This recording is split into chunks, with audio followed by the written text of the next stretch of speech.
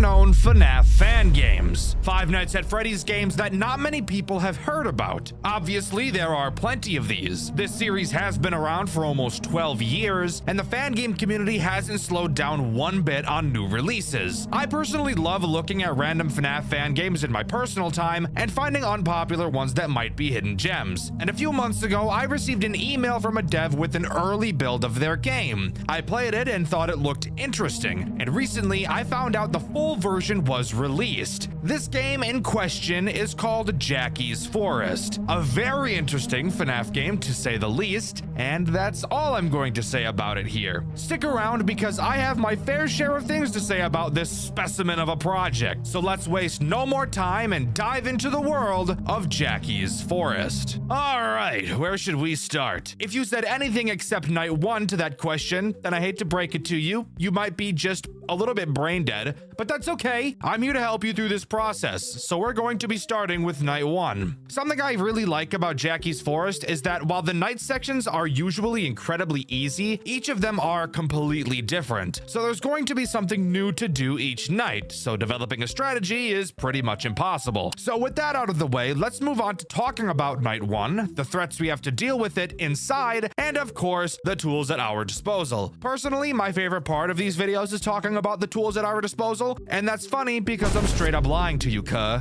Anyways, in the first night section, we're actually in the office. Surprisingly, we actually don't have any cameras, which I'm gonna be honest, kind of makes this entire section really boring. But please, don't click off the video. I promise this game is interesting. I wouldn't be talking about it if it wasn't. On the computer in front of us, we're able to look through our files and access a sound system that goes around the entire building. I'm willing to bet you're able to figure out what that means, but if not, allow me to explain it to you. Before I can explain it to you, however, I do need to talk about the first threat that this night introduces, Maurice. And no, not the cool guy from Madagascar. Unfortunately, it's just a disgusting fucking pig-ass, fuck-ass skunk. This motherfucker right here really likes the sound of children. So while most people dress up as monsters for Halloween, Maurice has been dressing up as Jared Fogle. So I guess he also dressed up as a monster, but it's like a little bit different because, like, you know what, it doesn't matter. Maurice will slowly make his way to your office. Shining your flashlight on the door in front of you when he gets close will reveal his rapist homo thug black boy face. Don't be filming me, brother.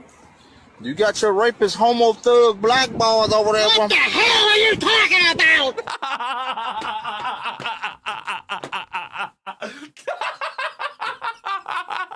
Oh. All you have to do when you see him is play a sound from another room in your control panel to lure him away. However, this is where I have to talk about a truly disturbing and butthole-ripping mechanic this character has. Do you guys remember the dreaded 1 in 7 from FNAF 3 with Springtrap? Yeah? That mechanic that gives Springtrap a 1 in 7 chance to just ignore the audio lure? Yeah, well, Maurice has that too, except this time around, instead of 1 in 7, it's borderline 1 in 2, because this motherfucker does not move a goddamn inch, and I'm sick of it. The dev really thought, oh, I know how I can make this character work. How about I make his entire mechanic just spamming a button until the player flips heads on a coin flip? Fuck him. But whatever. Once you eventually get lucky enough, Maurice will be dragged away. However, as I'm sure you could have guessed, that is not the only character active on this night, because if it was, this would easily be one of the most piss-poor sections from any FNAF game I've ever covered on this channel. So, who's the other little gooner we have to deal with tonight? Well, that would be Jackie, the character from the title of the game. You know, I always thought it would be pretty funny to make a FNAF game called Five Nights at whatever the fuck the name I choose is, and then never add a character with that name. Like, imagine Five Nights at Ronald's, but there's never a character named Ronald in the game. I don't know, maybe my sense of humor is just retarded, but I think that would be really funny. Anyway.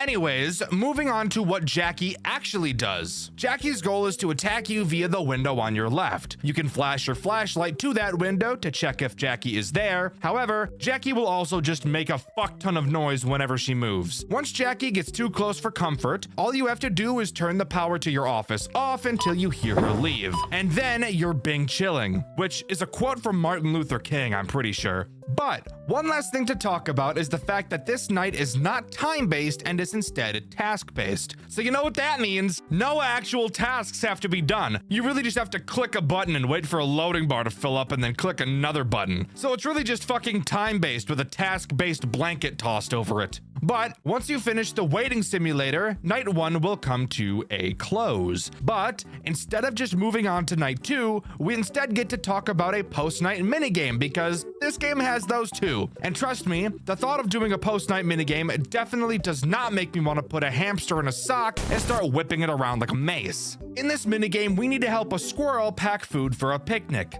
Seems pretty simple, and simple it is. Our first options for food are a piece of cheese or a fucking boot. Let's think about that, you stupid retarded ass squirrel. Have you ever eaten a boot? No, those go on your fucking feet. Next, she asks us what we can eat with the cheese, and our options are crackers or a fucking broken CD. Dumb bitch, why the fuck? Dumb bitch, why the fuck do you even have a CD that's broken? What could possibly be the point of keeping something like that in your house, Porter? Throw it away, trailer trash. Next up, we've got to add some fruit. So she asks us what kind of apple we'd like to bring to the picnic. Except instead of the options being Honeycrisp, Granny Smith, Gala, or whatever the fuck, the options are apple or apple core. Jesus Christ, bimbo bitch. An apple core? That was on your list of things to possibly bring? You're wasting my time asking me these dumbass questions. For fuck's sake, what's the next question? Let's just fucking get this over with. Next, we have to bring some dessert, and our options are chocolate or a fucking battery. I bet these bitches aren't even charged either. Just some dead ass batteries for us to shove up our ass. No, we're not eating batteries. Are you a baby? A stupid drooling baby? These questions are so simple, for God's sake. Next up, we get to choose a drink. And the options are an orange juice box or unlabeled broken ass bottle with who the fuck knows what in it. I'm just done, guys. This is making my head hurt. No fucking shit, we're gonna take the juice, you dumb bitch! I swear to God, intelligence is chasing this squirrel, but she's just so much faster. Hopefully she doesn't ask another retarded question because just like Kanye, I don't like retarded questions. What? Please, next question. Please don't ask me any retarded questions. Now, where should we pour our drink? Are we serious right now? Are we actually so dead ass in this moment? Why the fuck would we pour the orange juice into some fuck ass rusty can with sepsis on it or some shit? And why would we pour it into the normal looking mug anyways? It was already in a fucking box with a straw. Guys, Sandy Cheeks has gotten a big downgrade. I hate this squirrel. But we have one last question. Please, don't be something stupid. Now the most important part. What is the core of all life forms? Oh. A computer chip or a pulsating brain. I don't really know why the brain is pulsating. They don't really do that. It's not a heart, but I guess I'll be picking that one. Cool.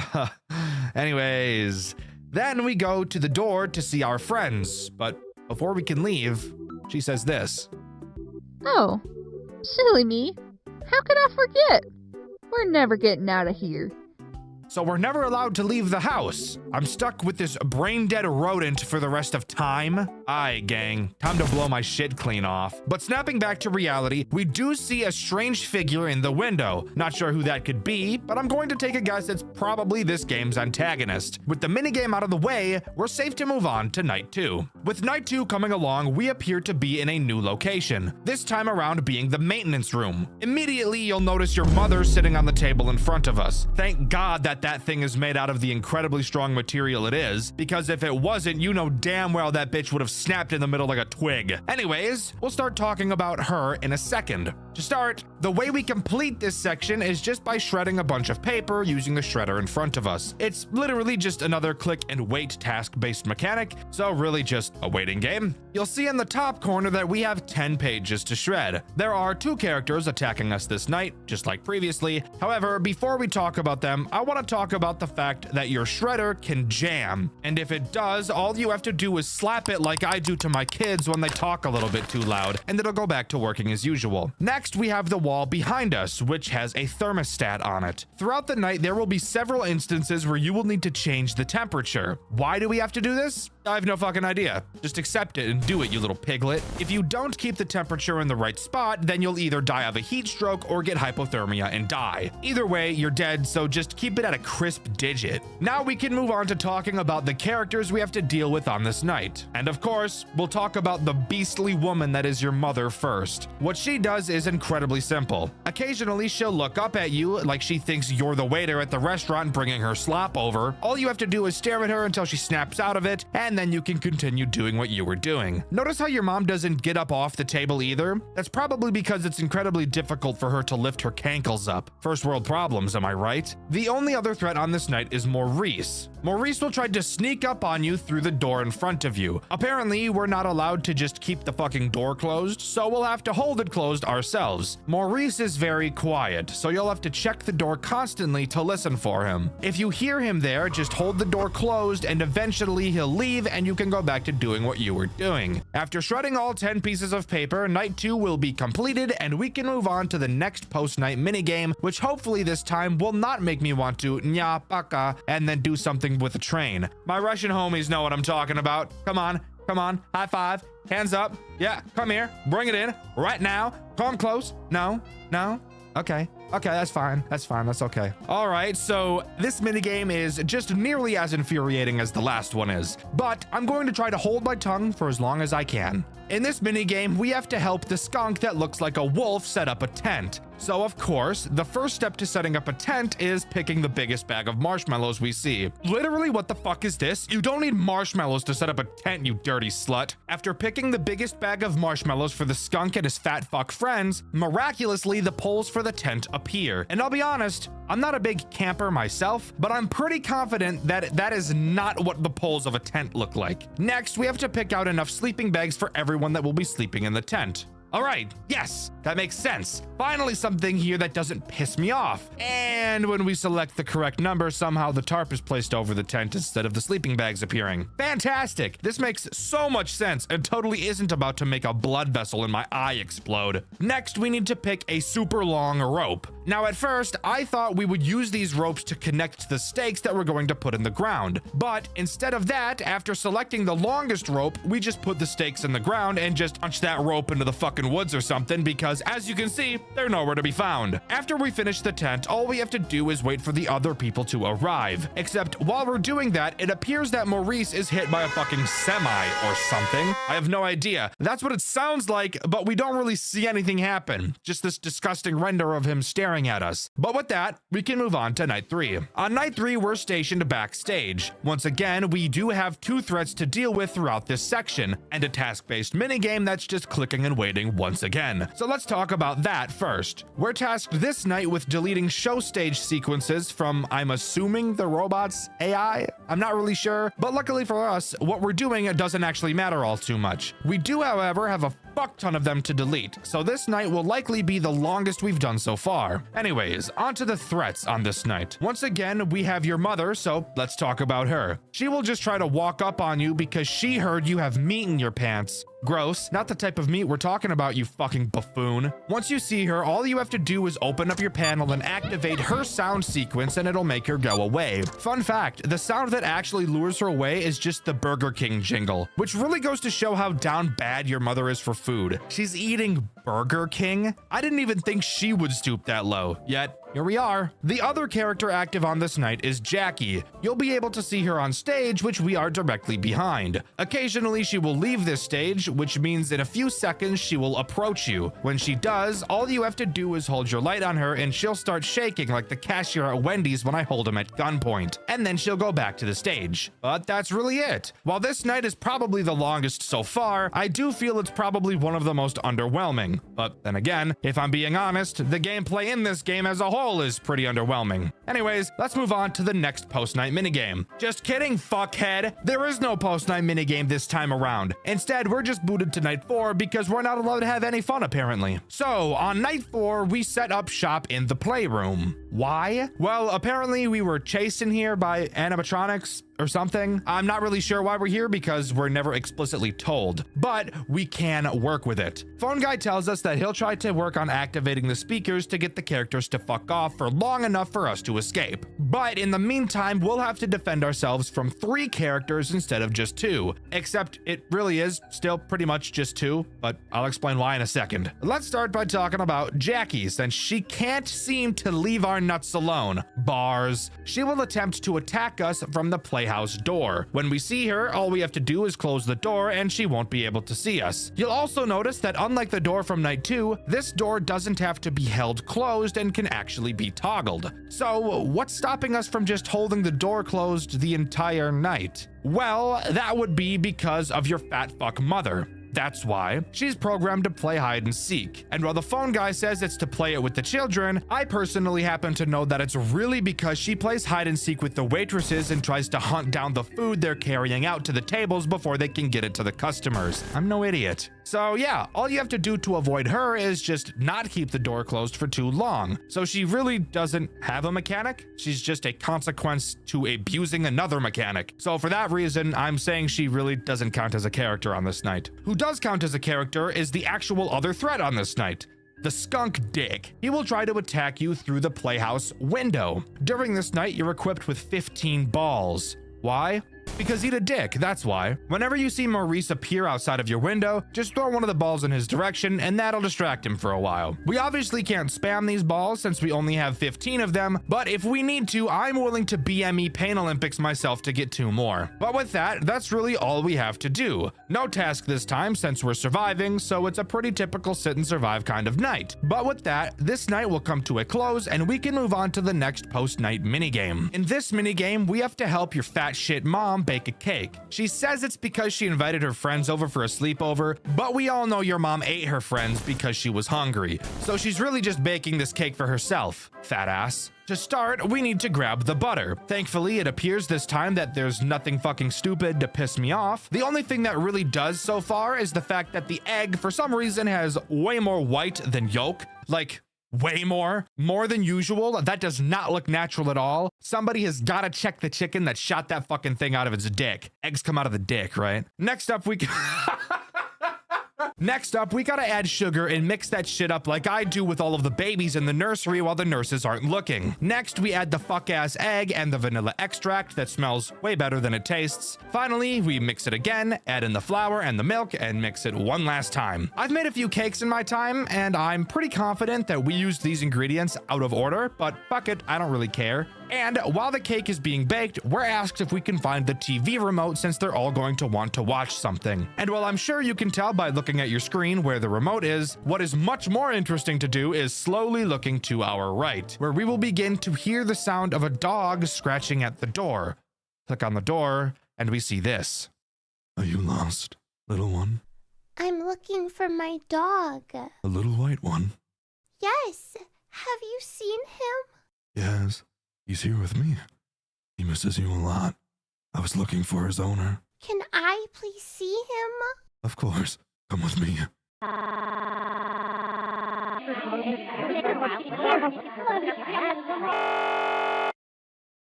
So, this dude in a rabbit mask 100% stabbed the shit out that kid, right? It's not just me thinking that? Okay, good. Just gotta make sure we're all on the same page because, and again, I'm no FNAF expert or anything, but I'm pretty confident he killed the shit out that kid. Anyways, with that, the minigame ends and we can move on to night 5. Night 5 takes place in the boiler room, and this night is something else, let's just say that. And by something else, I mean by far the most anxiety-inducing night so far. Why? Not because of how hard it is, because it really isn't that hard at all, but instead because of how long it takes to make the 2 threats go away. Let's talk about it. The first threat on this night is once again, for like the millionth time, your fat as fuck bouncy ball looking ass mother. She probably heard that it was called the boiler room and assumed that meant that's where they boil the water for all the pasta she's forcing down her throat. fat pig bitch. Literal pig bitch. When she approaches you from behind, all you have to do is hold the gate closed until she leaves. The other character, Maurice, is who makes my nerves ache like they're exposed and somebody clapped as hard as they could with them in between them. When he appears around from the corner looking at you all seductive like, all you have to do is turn to the massive valves in front of you and turn the smallest one at the bottom right. This will cause a whistling sound to play, which is supposed to scare him away. Except, here's the funny part. Do you remember how during night 1, he had a very large chance to just not fucking listen to the sound cues at all?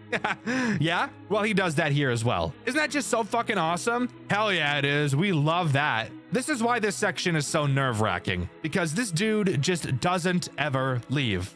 I love it. Anyways, on to what we actually have to do to complete this section. It's pretty simple. The phone guy will slowly read off different pipe colors in a specific order, and we'll have to turn the corresponding pipes in the boiler room in the correct order to complete the night. Very easy, but not so when the fucking skunk won't hop up off me. Once we get close to turning all the valves, you'll notice that if you turn around, the stupid squirrel will be present instead of your mom. Very weird, since as far as we were aware, she wasn't supposed to be showing up at this time, so why is she here?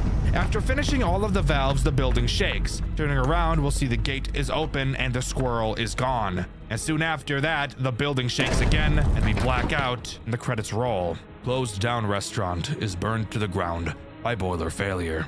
Last night, the restaurant, Jackie's Forest, is burned down to the ground due to an explosion caused by a lack of maintenance of the boilers. The building had been abandoned on January of this year, and it was rumored that the explosion was caused by a lack of proper maintenance from the workers when leaving the building. One casualty was reported, as only one body was found in the remains of the building, crushed by rubble and burned to a crisp. It is theorized that this may have been a burglar or homeless person, as the building wasn't operating and didn't have any workers in it. The 4 animatronic performers the restaurant was known for were found in unusable conditions and will be relocated to a storage facility owned by the company. And that nets us this game's bad ending. Now I know what you're thinking, and trust me, I'm thinking the same thing. How the fuck do we get a good ending in this game? And please, dear God, tell me it's not that I have to collect a random item in each night. Well, thankfully, no, we don't have to do that. Instead, during the boiler room night, if you just completely fucking ignore what the phone guy says and spam the shit out of all the valves, for some reason, the whole building shakes and we get teleported to a room with an elevator. Entering the elevator, we get the following cutscene.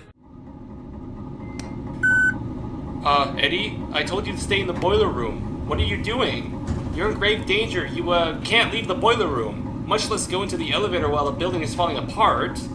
You have to turn around and leave now. I don't think you're listening to me. I said turn around. Go back to the boiler room. You are not supposed to be in the storage. Not only is it unsafe, but there is confidential stuff down there. You have to leave now. Ignoring the fact that voice acting was completely awful, I do find it kind of odd how the phone guy really wanted us to turn back, and why he didn't want us to go to the storage room. But with that, we exit the elevator and do exactly what he told us not to, enter the storage room, which actually acts as this game's 6th night. So, here we are in the storage room, by far the most interesting night in this entire game, mainly because there's more than 2 things for us to do. This night integrates every single character we've seen so far, alongside a completely new threat. Let's quickly go over the tools at our disposal first. To start, this is the first night in the game with actual cameras. However, you want to hear something really funny? They're completely useless. So the only thing I'm going to say about them is that the character renders in these cameras are actually pretty creepy for what it's worth. So, let's start going down the list of characters on this night and exactly what they do. We'll start with Jackie. Her whole goal is to attack your right door. You won't be able to see her there unless you flash your light in the doorway. If she's there, simply close the door until she leaves. Simple sugar. Maurice is much the same, except he attacks your left door, and instead of closing the door, you'll have to wear a mask you somehow pulled out of your ass, since as you can clearly see, the lever to the door is fucking shattered. The next character to talk about is your pig bitch of a mother. She will try to attack the giant hallway in front of you. When you see her there, all you have to do is pull down the massive gate and she won't be able to get in. As you can probably tell, just because there's more characters in this night in no way means that this game gets any bit harder than it has has been. But finally, we can talk about the brand new character on this night. I don't know its name because we're not told, but I'm just gonna call it the prototype since I bet that's how uncreative its actual name is. Hey, recording Dxtr here. I went into the custom night. Its name is Nulls, so yeah, just keep that in mind. I'm gonna keep reading it as prototype since that's how I wrote it, and I'm lazy, but just know.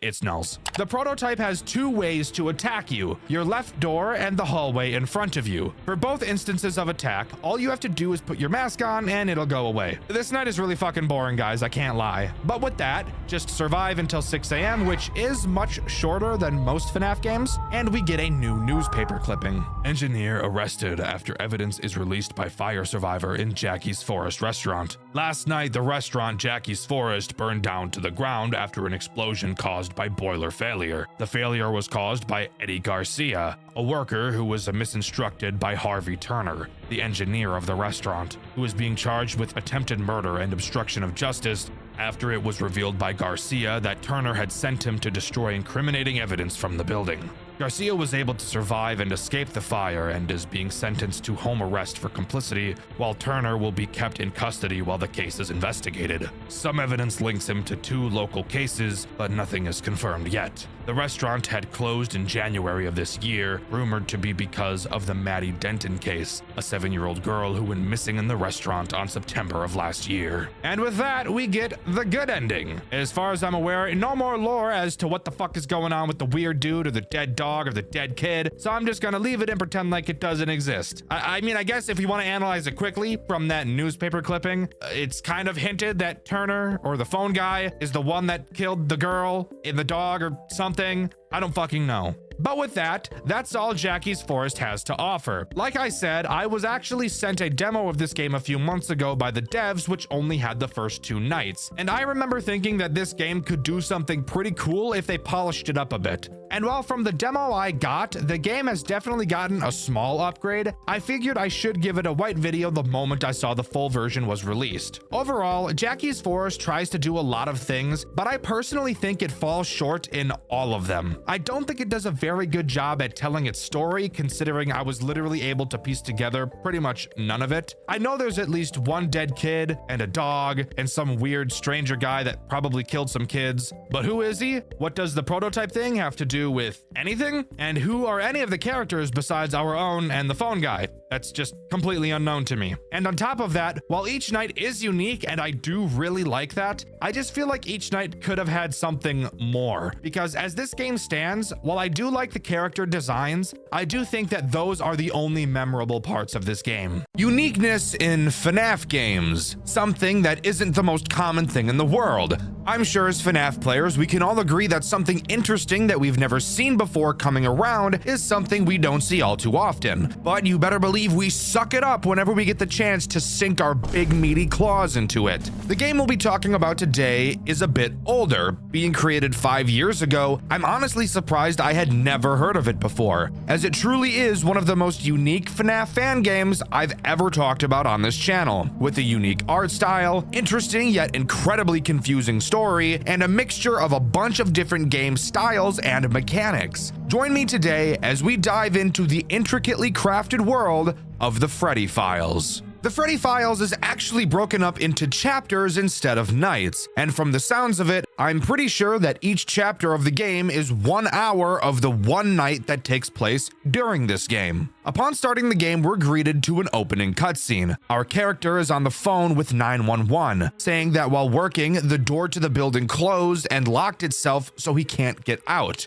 The dispatcher said the police are on their way, but it will take several hours for them to get there, which, by the way, is bullshit. This restaurant is presumably in a city, or at least a town, so how is it going to take the police hours to get there? Regardless, we still have to finish our shift anyways, so we figure it's not a big deal. The dispatcher makes a point to us to not enter any unauthorized areas, which I personally find weird. And with that, we're spat into the first chapter where we're greeted with some exposition. Fazbear Entertainment started their first business with Fredbear's Family Diner, a successful business that took over the market for 5 years. However, a few months later, a child was known to be murdered by the mascot, Fredbear. Later, 4 other children went missing during the incident as well. The police searched the entire establishment for any signs of the children, but to no avail. The co-worker of the diner did not negotiate either. The case was then closed after a second failed search, April 26th, 1983.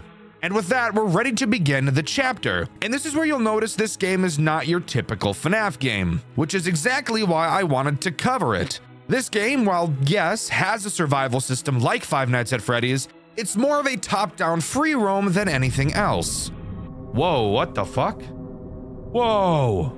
Point of this first chapter is to unlock a door that we're not supposed to unlock. It's an unauthorized area, so I have no idea why we're doing this despite the dispatcher literally just telling us not to. This chapter serves as an escape room, which I actually really like. And of course, there are some threats that are trying to stop us from completing it. So let's talk about those two guys first. The first threat introduced in this chapter is Golden Freddy. His mechanic is very simple. As you can see, we are equipped with a flashlight and a fear meter. If our flashlight is off, our fear meter will slowly increase. With the light on, the fear will go back down. So keeping this light on is obviously something we're going to want to do. Golden Freddy directly counters that. He's a ghost character that moves through walls, and he's very fast. If you ever see Golden Freddy near you, you need to shut off your flashlight and make sure he doesn't run into you by dodging out of the way. If he touches you, you're obviously dead. Something I do want to note that I don't really like about this section, and Golden Freddy specifically, there is a lot of reading in this game, mainly in the form of just interacting with things. And Golden Freddy will still be active while you're reading something, and you can't turn your flashlight on or off while you have a dialogue box up. So be prepared to die very frequently because of poor timings like this. What on earth? It's a key. Whatever hide it in here. Doesn't open the door. But fuck, dude. Can't do that while I'm fucking reading. The second threat introduced here is Shadow Freddy. I'm Shadow Freddy, I'm so awesome and black.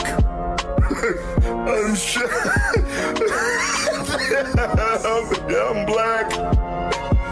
I got white eyes, I'm black, I'm Shadow Freddy.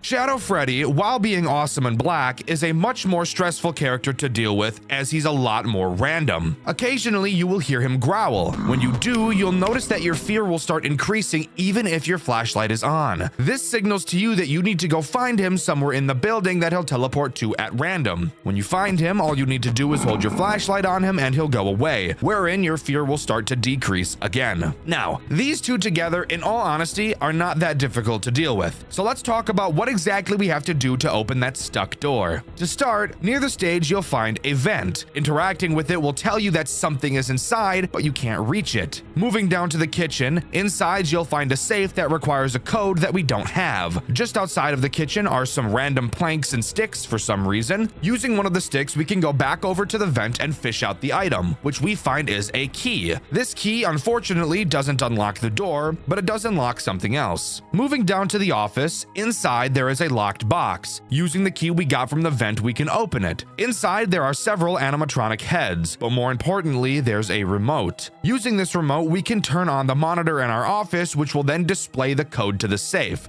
Now, obviously, I could ask several questions as to why things are happening the way they are. Why was there wood on the floor? Why was there a key in a vent? Why was the remote to the TV locked in a box? Why does the TV just have the code to a safe? But this is clearly just a puzzle escape room game, so weird shit like this is just kind of par for the course. Continuing, now knowing the code, we input it into the safe and get a hammer. Using this hammer, we figure we can break the locked door down, so we head over to do exactly that. And that's when we're thrown into a much more FNAF feeling minigame. During this minigame, we obviously have to break down the door. However, Golden Freddy will be attacking us the entire time. While we pound on the door, he will slowly approach us from behind to beat on our bottom. Occasionally, we'll have to turn around and hold our flashlight on him to make him back up into the darkness. I personally found that pounding on the door 15 times is the most you can do to stay safe without Golden Freddy golden showering you. Do this enough times and the door will open, and we see the following cutscene.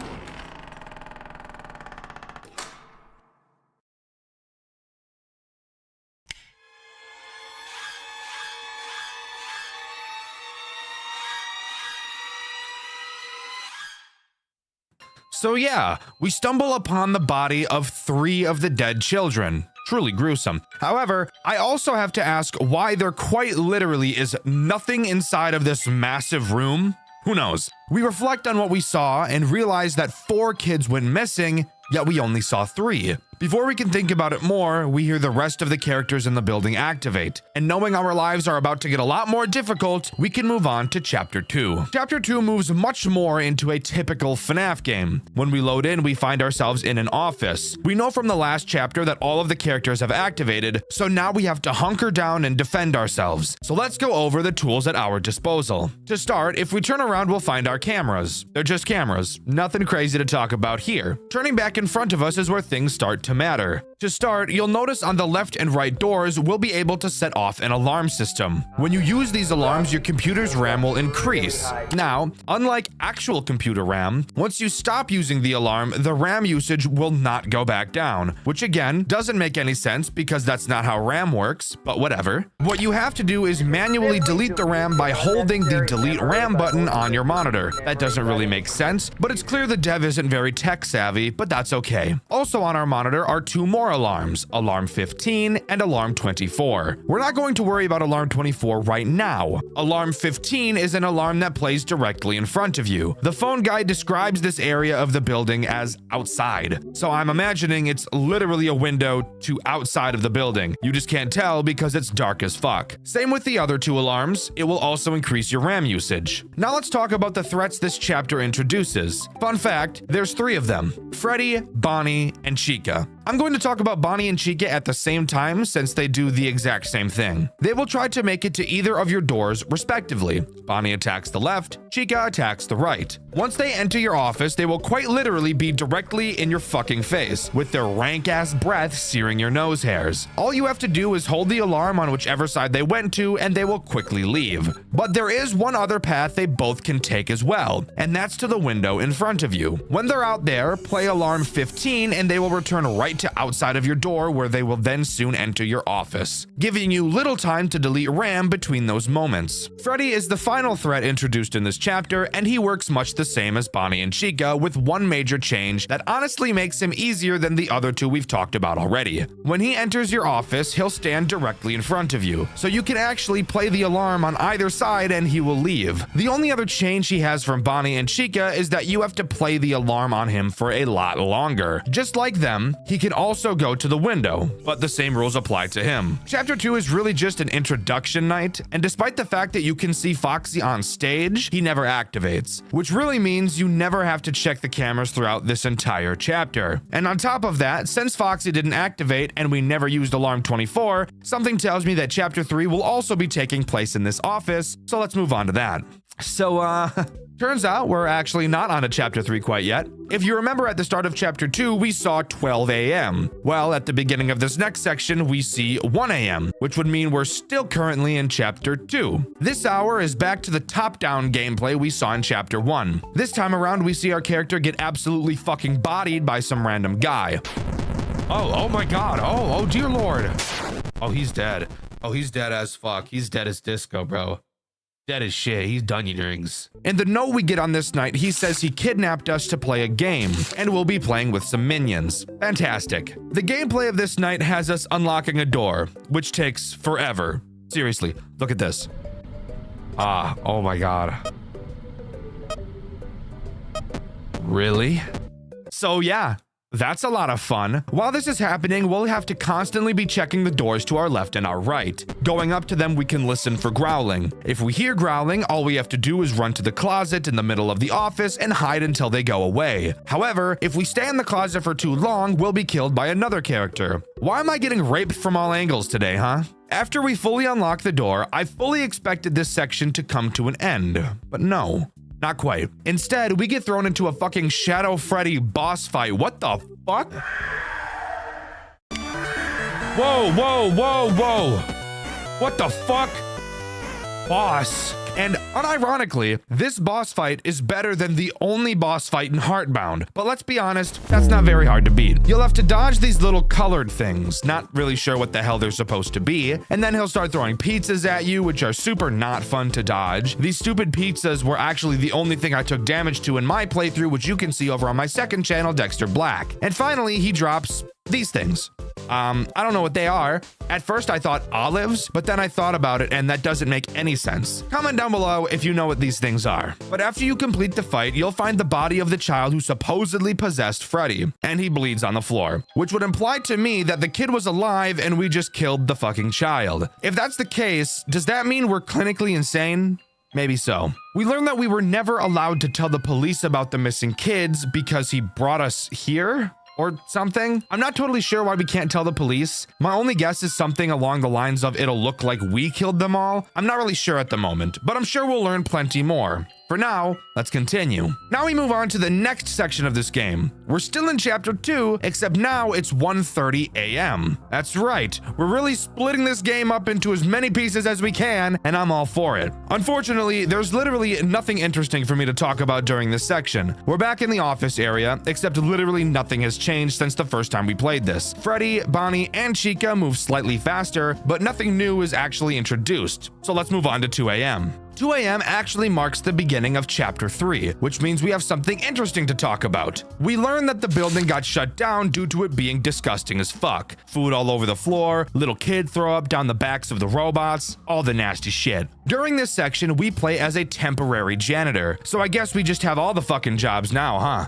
Something you'll notice about this night as we talk about it is that even though, yes, we are a janitor, literally no cleaning happens whatsoever. Instead, all we do is fix a fucking elevator. As that would suggest, this section of the game takes place in an elevator. Our goal is to get to floor 5, but in order to do that, we first have to connect each floor to like a mainframe or something. I have no fucking idea, just roll with it. All this section consists of is basically looking at this fucking screen until this bar makes it to this square. Once it does, press the green button on the elevator to move to the next floor. Of course, it's not just that, as there is a threat trying to eat our butts the entire time. That threat being Withered Bonnie. I'm not going to dive into the possible reason as to why we see normal Bonnie during the next sections and Withered Bonnie now. Maybe we're not playing as the same character, maybe this section takes place during a different time, or fuck it, maybe Bonnie just took his fucking face off. Who really cares? While you're connecting the elevator, Bonnie will slowly get closer and closer to you. Once he gets too close, all you have to do is close the elevator door until you hear him back off. Then go back to doing what you were doing. While the door is closed, it will drain power, but considering you only have to close the door on Bonnie for like 4 seconds, there is literally no way you're running out of power during this section. After reaching floor 5, we get a cutscene. Our character walks past an assembly line and finds the puppet's gift box. On it, we find a note that tells us to meet in the alley of Fredbear's Family Diner, signed by the puppet herself. What the fuck is going on? Why did the puppet leave this note here? Why did she know that we were going to be here? And why not just meet me to talk to me at this place since you already know I would be here? Who knows? But I'm sure we'll find out as we continue. Speaking of, let's do that. Here we are, back into the office section of the game, where this time Foxy is actually finally activated. Really should have happened last night, but we'll roll with it. Let's talk about what he does, as even though he is super basic, he's still the most interesting of the characters so far. Foxy can attack both your left and right door, much like Freddy, except Foxy actually takes advantage and turns it into an actual mechanic, unlike Freddy. Foxy too can appear at your window, except the main difference with him is that we're told he can only hear the frequency of alarm 24. So finally, we have a use for this alarm. It works in the exact same way as alarm 15 and will just send him back. The real difference with Foxy is how he attacks your door. Unlike every other character, he won't ever enter your office, so he finally gives our camera a use after 2 nights of never needing to turn around. You'll have to watch the cameras next to your office to tell which side Foxy is going to attack. When you see him enter either one of these cameras, you'll have to use the alarm on that side of the office and he'll leave. However, you may have noticed something weird when I explained that, and I'm thinking the same thing. The alarm that plays when you use it on the doors is the exact same alarm as alarm 15, yet it scares away Foxy. But the phone guy told us that Foxy can't hear alarm 15, so like, what the fuck is even going on? This makes no sense whatsoever. Just wanted to point out that little inconsistency. There's nothing else to talk about on this night, so we can move on to the next chapter. Chapter 4 puts us back into the top-down 8-bit minigame style, something I was pretty excited to see. This section acts kind of like a puzzle section, and I say kind of because there's also quite a bit that isn't puzzles. To start, all we have to do is push 2 levers, getting scared as fuck by a shadow at the same time. Maybe I can open this. Oh no, that opened up this side, okay. Oh my god!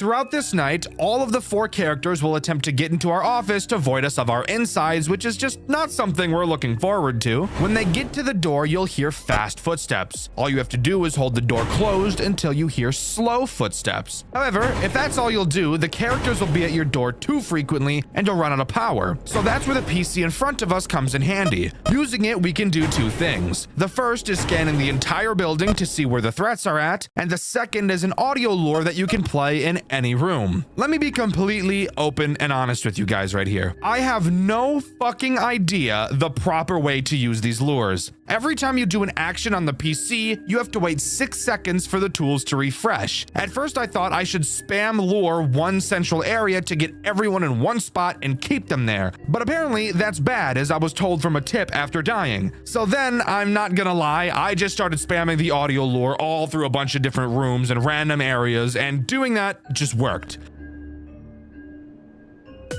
Oh, hey, look at that. That was kinda tough. I don't know what the fuck that was.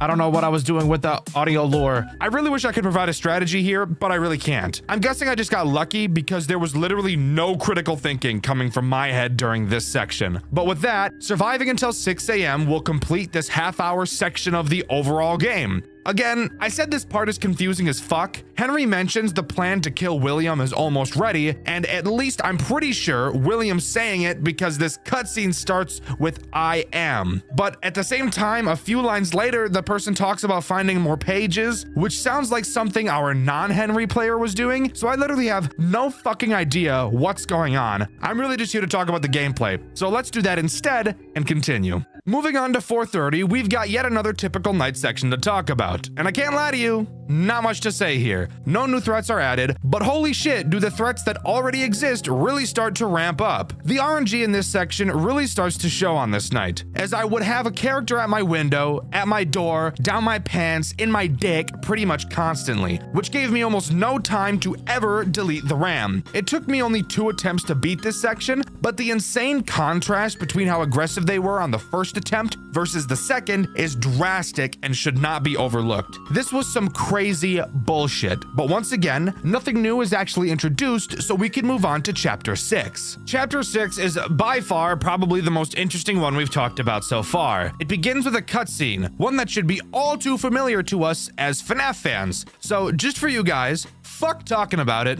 let's take a look at it together. So, this is it. It's time to end what William has done. It's time to end their suffering. Those little souls trapped in this labyrinth. I've gathered them up in here, and I can finally destroy them. I've found the ones that have yet to be destroyed and set free. For instance, those little children, the ones that come together as a group on a daily basis. I've always wanted to see them every single day. They'd always brighten up the atmosphere in Circus Baby's Pizza World. Every day, they'd come to play with all of the animatronics. Every employee, employer, and manager knew the name of those 3. But ever since William made his poor design choices, things were never going in the right direction for them. On the very next day, they all disappeared. I'd never realized that William could create such abominations. I realized there was a reason why Funtime Freddy had a huge tank. It was quite obvious. And no wonder the other 2 were always active every now and then. Not to mention Circus Baby. She was brought outside on the first day and was forced to stay inside the next day. It's such a misery, to be honest. I wasn't the only one who saw Circus Baby capture Elizabeth. Now, her soul is trapped inside of her. I wouldn't forget my daughter as well. No more shall I let her suffer as one of William's creations. This place is where everything shall end. A maze with no exit. A labyrinth with no prize. They don't even realize they are trapped. For some of them, I believe there is peace and perhaps more. Although, for you, William, the darkest pit of hell is ready to swallow you whole. You will keep burning and burning along with the creations of your own. This is where the story ends. For my daughter, the other innocent children, and William, this ends for all of us. End communication. God, it doesn't matter how many times I hear the FNAF 6 Henry speech. Every single time I hear it, it gives me chills. Easily one of the best monologues in gaming history. Right up there with the definition of insanity speech from Voss. Try to find a better speech. I fucking dare you. Anyways, on to what we actually have to do during this section after that cutscene. Well, it's very weird, to say the least. In it, we play as the puppet, wandering through a dark forest. Scattered around are the 5 souls of the missing children, each with a color above their head. We know that at this point, we're playing as Charlie, Henry's daughter, obviously. After a bit of searching, we're told to find all of the magic to set them free. Hidden around the forest are several weird magic orbs. After collecting 3, we can begin to set the children free. We do so by finding 5 colored cupcakes around the map, and taking each colored cupcake to its respective colored child. Pause. That sounds terrible. Anyways, after doing so, we hear from Henry again. He thanks his daughter for saving the children, boasts about William finally being gone. He mentions he has all the Freddy files. He said it! He said it! And with that, we're ready to move on to the final part of our shift, wherein after we should hopefully have the cops arrive. Because if you recall, that's literally the first thing we did. Call the police, and they're somehow still not here yet, which is completely crazy, I will add. But who cares? Let's move on to the final shift. And here we are at the final chapter of the game. What's new to talk about in this final section? A cool final boss fight night? No, it's nothing new. Same shit, different day, really. But what is interesting is what happens afterwards. Henry arrives at some door. I assume it's the door to the building. He says way too much shit nobody cares about. Like deadass, he talks for so fucking long. Bro just recaps the whole game. It was so fucking boring, I'm not even gonna put you guys through it. Point is, he collected all the Freddy files, which helped him remember what William did or something, and now William's dead. Cool. Children are free. Great. Now all we have left to do is stop Fazbear Entertainment from ever coming back. How is he going to do that? Well, lucky us, that's not our fucking problem to figure out, because Henry opens the doors and the credits roll and the Freddy files comes to a close. Wait. Hold up. Freeze frame. What about the cops? Do we not remember that this game began with a phone call to the police? Where the fuck are they? Were we Henry the entire time? Or are we jumping back and forth between 2 people? And if we were Henry the entire time, where the fuck are the cops? Why did we call them if we ended up leaving the building by ourselves anyways? What the fuck is going on? Also, if that wasn't a big enough of a fuck you, this game actually still isn't done. After the credits finish rolling, the fucking creator of the game starts talking to us and goes on a whole fucking monologue about having to do a whole bunch of shit to do something. I have no fucking idea. I was hardly paying attention. Basically, we have to go back to an earlier chapter with a locked door, find a key, open the door, but not before going to another chapter where we typed in a code and instead type in his name. Whose name? I have no fucking clue. Then open the door, go to another chapter to a room that we never did anything in, find another key or something, then play 4 minigames in the extras menu, but do something specific in them to find a key in all 4, then go to the survival mode of the game, which isn't even made, by the way. Click the bottom of the screen on an invisible fucking button, then you're teleported to a room with 4 keyholes and a door. Put the 4 keys from the minigame in the holes, unlock the door, and then fucking something happens. Do I have any idea what happens? No, not at all. Well, luckily for us, I found a guy that actually did it. Shout out to Tanzi Natali for actually doing all this bullshit so that I didn't have to. Basically, there's a final boss fight with a character named Null, and it's just like a bullet hell, except shitty. Then the creator talks to us again. Apparently, the creator of the game inserted himself into the game as the Red Freddy, who apparently isn't even Golden Freddy. It's just the fucking developer. He says he can, like, change the AI of everything or something. Guys, I'm gonna be so honest, I just don't fucking give a shit. If you guys are curious as to what happened after the Null fight, go watch Tonsi's video about it. Holy shit, I just don't fucking care. But that's all the Freddy Files has to offer. Overall, I do think this game is actually pretty cool. I love the idea of mixing in night sections with the little mini games, and even though lore-wise this game is a confusing clusterfuck, I think from a gameplay standpoint, it was still pretty cool. Even if the gameplay is easy as fuck, at least there's something different to do all the time. Also, the pixel art style is super charming, so that's nice too. I've covered several overwhelming FNAF games on my channel before, and I'm sure I'll cover many more in the future. Today is no different. I've recently stumbled across a fan game dev by the name of Solar Neon, responsible for Late Shift at Nintendo World, which is in a video I've made recently with a very good song along with it. Well, call me surprised when I found out that Solar has actually been working on an entire series of FNAF games, and that 2 of the 6 of them have already been released.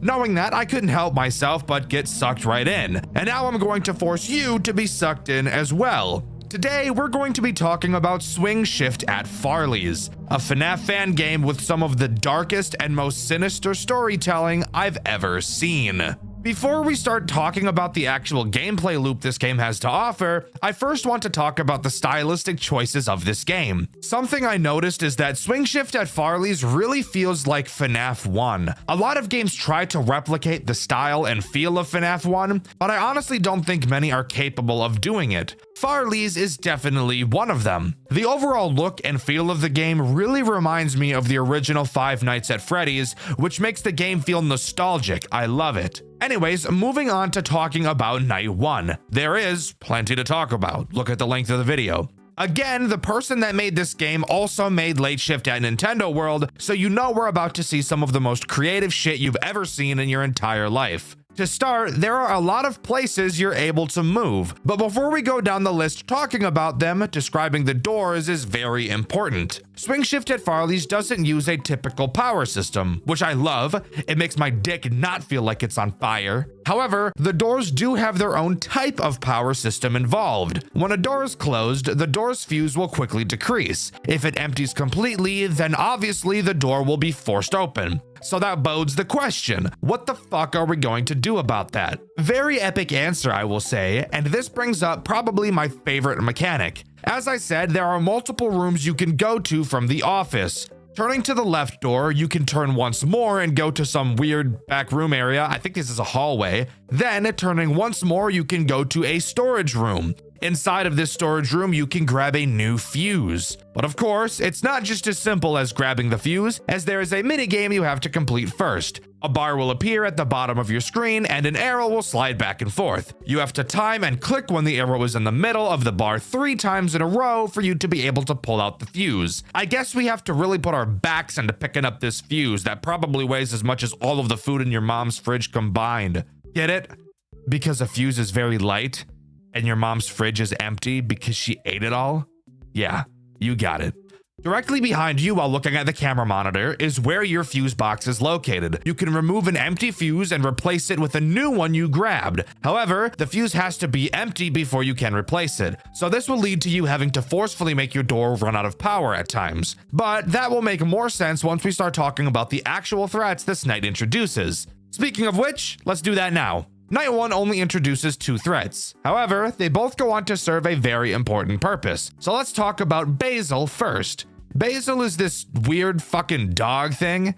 His goal is to attack your left door. He will make his way through the cameras and eventually make it to your door. However, something interesting you'll notice about Basil and your hallways for that matter is that they have no lights. So you won't actually be able to see Basil at your door, nor does he make a sound cue informing you he's there. So that poses the question, how are you supposed to know he's there? Something about Basil, and every animatronic in this game, is that unlike characters from some other FNAF games, they will never move backwards. So once Basil gets to his final camera before attacking, once he leaves that camera, you know for a fact he's at your door and you need to close it. This leads to you needing to constantly watch the cameras to track the characters, something I've noticed a lot of other FNAF games are unable to do without adding a music box or finding them on the cameras mechanic. See, fellow game devs, this game is proof that you can find an interesting way to use the cameras that isn't those 2 things. Basil will bang on the door when he leaves so you can open it again.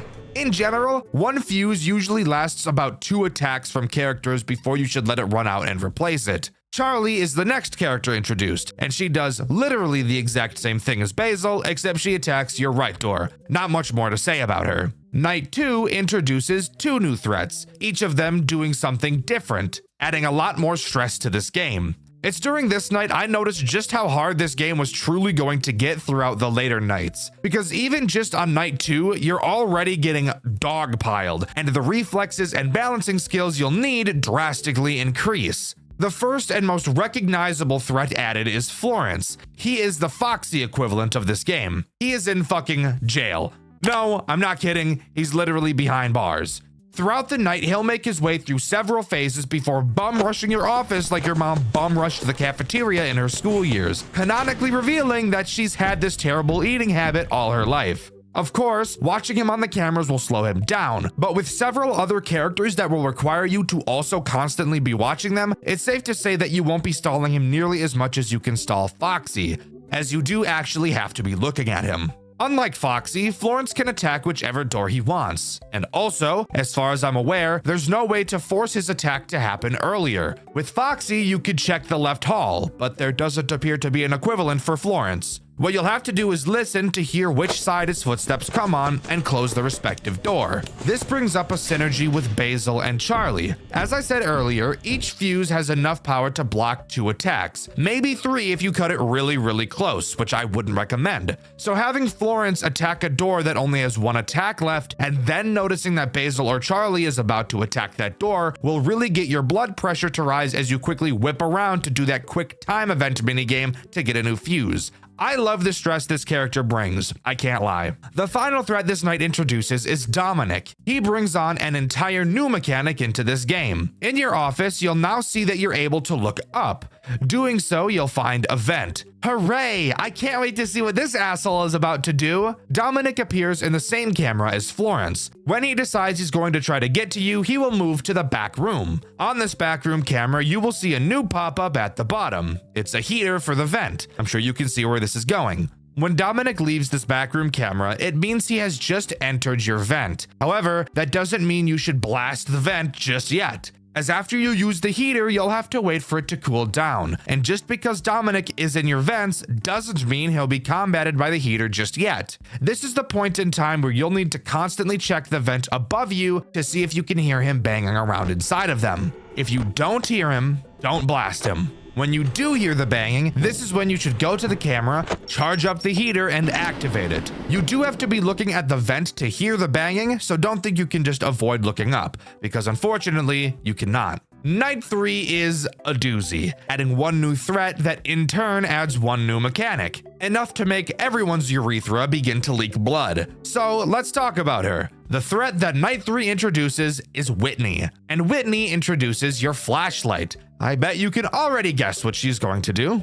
Whitney has 3 avenues she can attack you from: your left door, your right door, and the vent above you. She will wander around the cameras and eventually pick one to attack. When she is at one of those locations, you have to spam your flashlight at her until she goes away. However, something you may have wondered, and no, this flashlight does not work how most FNAF flashlights tend to, as this one is much worse. The rate at which the battery drains from this flashlight is a lunacy. So, to compensate, you're able to charge it back up. But how do you do this, you might ask? Well, on the cameras, you will see a new pop-up. Using this pop-up, you can slowly recharge your flashlight. The problem with this? Obviously, aside from the fact that it's just a fucking music box, which I hate, is that the camera in which this pop-up is on teleports to a random camera whenever it damn well pleases. Did you just fucking hear me? The music box mechanic, aka my second least favorite mechanic of all time, is a find them on the camera mechanic, aka my number 1 least favorite mechanic of all time. This fucking charging flashlight pop-up is the combination of my 2 least favorite things, and they happen at the same goddamn time. You can't make this shit up, bro. When I first saw this, my penis instantly wilted like a flower and died. Fuck me. And that's not even the end of it, as Whitney behaves in the same way as Charlie and Basil. There is no sound cue for when she arrives at any of the 3 places she can arrive, and you also can't tell if she's there without flashing your light, which I've already explained drains way too quickly for you to just be flashing it all willy-nilly. So you have to track her exactly how you have to track Charlie and Basil. There's not even a crazy amount of characters, yet this is quickly becoming one of the most stressful FNAF games I've ever played. And don't even get me started on how stressful this game gets when you go about replacing your fuses. You will be spending a majority of your time staring at the cameras, especially on later nights when the characters are moving pretty quickly. So having to spend a fuck ton of time grabbing the fuse and replacing it will guarantee that you lose track of literally every character you were watching. It's so stressful, and while I'm not a huge fan of being stressed out, if you could believe that, I do still think it's really cool how this game is able to pull that off. Night 4, and again, just as Five Nights at Freddy's did, Night 4 introduces the big bad antagonist himself, Farley. And let me tell you, he's honestly probably the least threatening character this game's seen so far, with a mechanic that makes him sound a lot scarier than he really is. Let's talk about it. Farley works in the exact same way as Charlie. The goal is to make it to your right door. However, the big catch with Farley is that you can't see him on your cameras. And of course, we already know we can't see door characters at our door. So how do we know where Farley is? Well, every time that Farley moves, he will laugh, which by the way, if you were curious, is just FNAF 1 Freddy's laugh. You will have to keep track throughout the night of how many times Farley laughs, as every 5th laugh will signal that Farley is now at your right door and that you need to close it. And this is where this game introduces a mechanic so cool, yet so useless. In your office, you will now see you have a little notepad. Using this notepad, you will be able to leave little tally marks. Now, why would you need to leave little tally marks? Well, this is this game's way of letting you keep track of how many times Farley has moved so you don't have to just remember. Every time you hear him laugh, open your notepad and mark a line. Once you deal with his attack, switch to your eraser, erase it, and start again. I think this is super cute and unique. I've never seen a FNAF game do something like this before, as most would probably prefer you just remember it yourself because that's way more AIDS-inducing. However, the way the rest of this game controls does bring up an issue with this otherwise awesome mechanic. I have 2 hands, in case you weren't aware, and on my 2 hands, 5 fingers are attached each. What's stopping me from counting Farley's movements on my hand? Doing this is actually a much better choice in my opinion, since it eliminates the time it would otherwise take to drop the camera, open the notebook, mark it down, close the notebook, and then reopen the camera. I think there's a very simple way to solve this problem and further encourage the player to actually use the notebook. All you would have to do is make another mechanic use a keybind. For example, instead of Whitney and the QuickTime event to get the fuse being controlled by the mouse, why not bind both of those systems to your control key? That way the player will have one hand on the mouse and the other on the keyboard most of the night, making it so that using the in-game notepad would make much more sense since you wouldn't have that open hand. I think the idea of the notepad is super nice, and while totally unnecessary, I think if it was encouraged in a more natural way, it would actually be one of the most interesting mechanics I've ever seen in one of these FNAF fan games. But as it exists right now, I just don't see any real reason to use it. Night 5 doesn't have a whole lot to talk about, really just being a much more stressful version of Night 4. On my playthrough, which by the way you can watch over on my second channel, Dxtr Black, there was a point where I had to pretty much get 2 fuses in a row because I got unlucky with attacks. Honestly, one of the most stressful moments I've ever had playing a FNAF game. It was so cool. One interesting thing I do want to talk about on this night is the lack of a phone call. Just like FNAF 1, on Night 4, the phone guy gets beamed out of existence by an enemy. On Night 5, if you check the back room, you can see what I can only assume to be the phone guy with his head on an endoskeleton body. If there's one thing about Solar, the developer of this game, she does not hold back on the shock value of her games. That's what I love so much about them. Night 6 time, here we are. Spoiler alert, there's pretty much nothing to talk about, except 2 things. To start, there's no new threat. Night 6 is just a harder version of Night 5. However, if you look in the back room, you'll notice that the corpse is now missing. And this time around, we actually get a phone call. I'm not going to explain it because I literally can't, so just take a listen.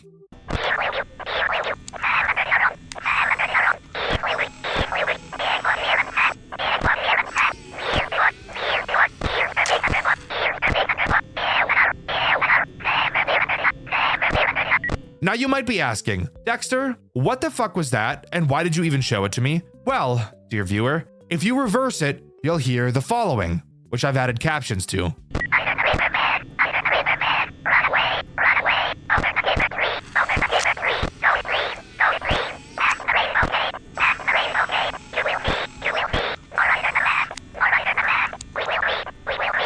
For those of you wondering what any of that means, at the time of writing, I have no idea. And by the way, that inaudible line, I'm gonna need your guys' help with that. Let me know what you think it means. I even reached out to the game's creator, and even she told me that she forgot what the line said. So that's just awesome.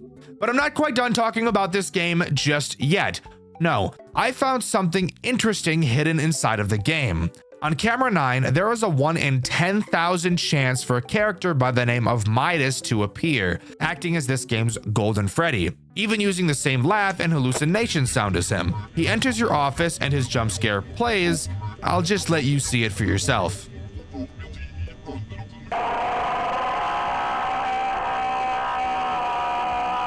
So yeah, that's disturbing.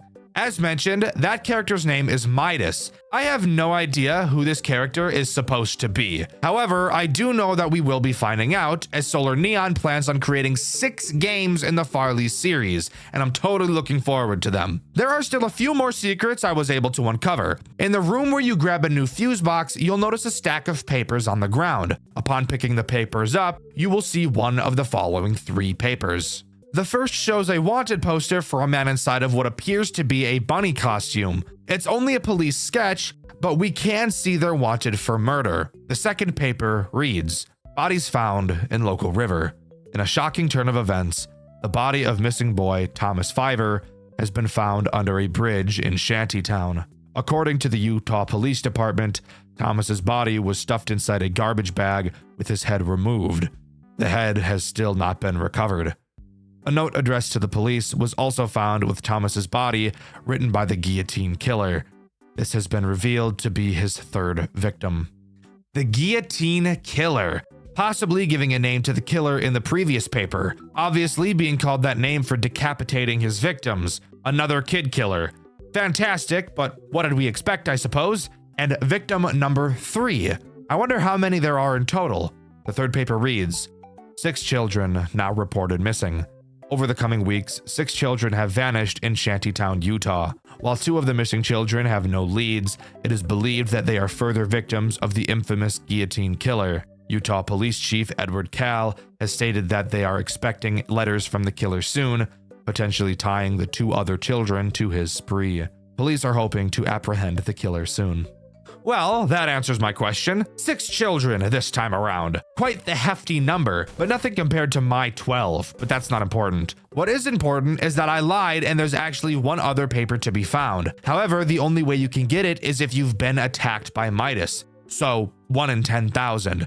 Your chances aren't great, but lucky you, I'll just show you what the paper is. So it appears Midas came from another restaurant by the name of Midas's Galactic Pizza Palace. Also on this paper, you can see some possible other names for this character, being able to make out Mike, Monty, and Max. As you can tell, this is a napkin, clearly showing that this was a very early idea for a restaurant, even having multiple food ideas like burger and barbecue before settling on pizza, apparently stating that burgers are, quote, too easy to fuck up. And then of course, the sketch of Midas with his absolutely fucking massive veiny head. Disgusting, by the way.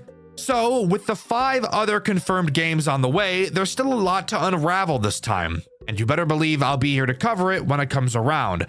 But as far as I'm aware, that's all Swingshift at Farley's has to offer. Overall, I think this game is easily one of the most creative pieces of fan game work I've ever seen.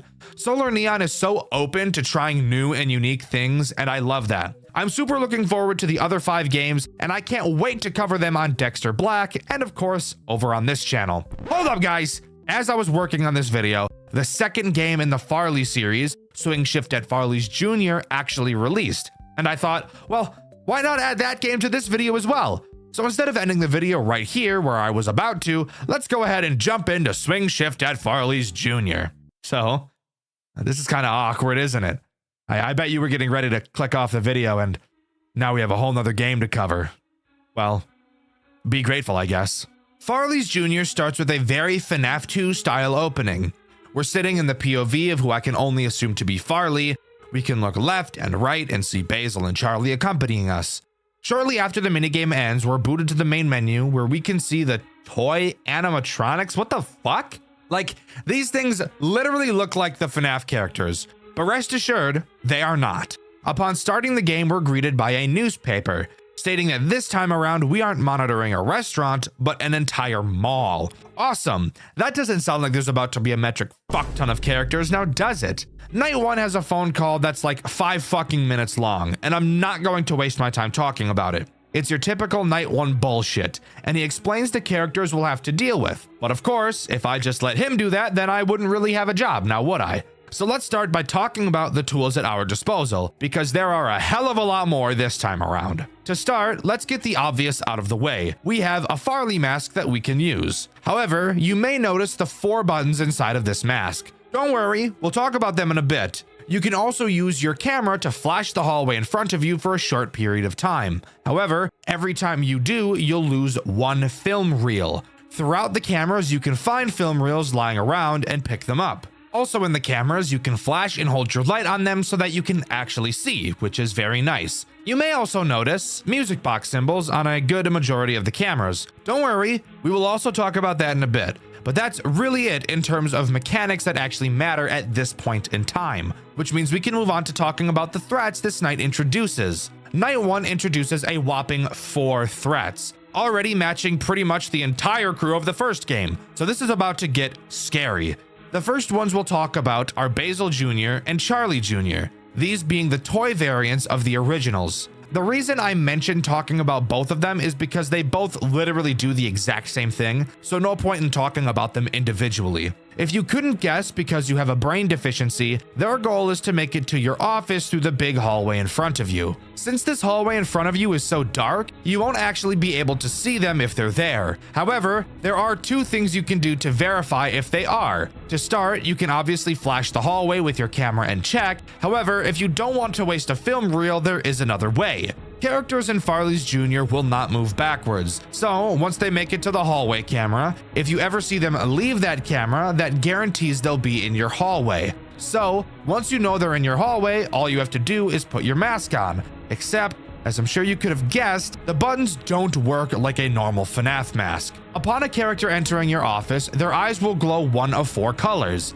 Depending on which color they are is which color you'll have to press inside of the mask. Once you do this, their eyes will switch to another color. Repeat this process until you've pressed 4 buttons and they will finally leave your office. I don't think I need to explain to you how fucking awesome this is. Solar Neon was able to take one of the most overused FNAF mechanics of all time and add a twist to it that makes it feel new. Does it make a whole lot of sense? No, not really, but it's still really fucking awesome and I love it. The next threat this night introduces is Farley Jr. He works in the exact same way as Basil and Charlie Jr., but with one very frustrating difference. Remember how in the first game Farley would hide in your blind spots? Yeah?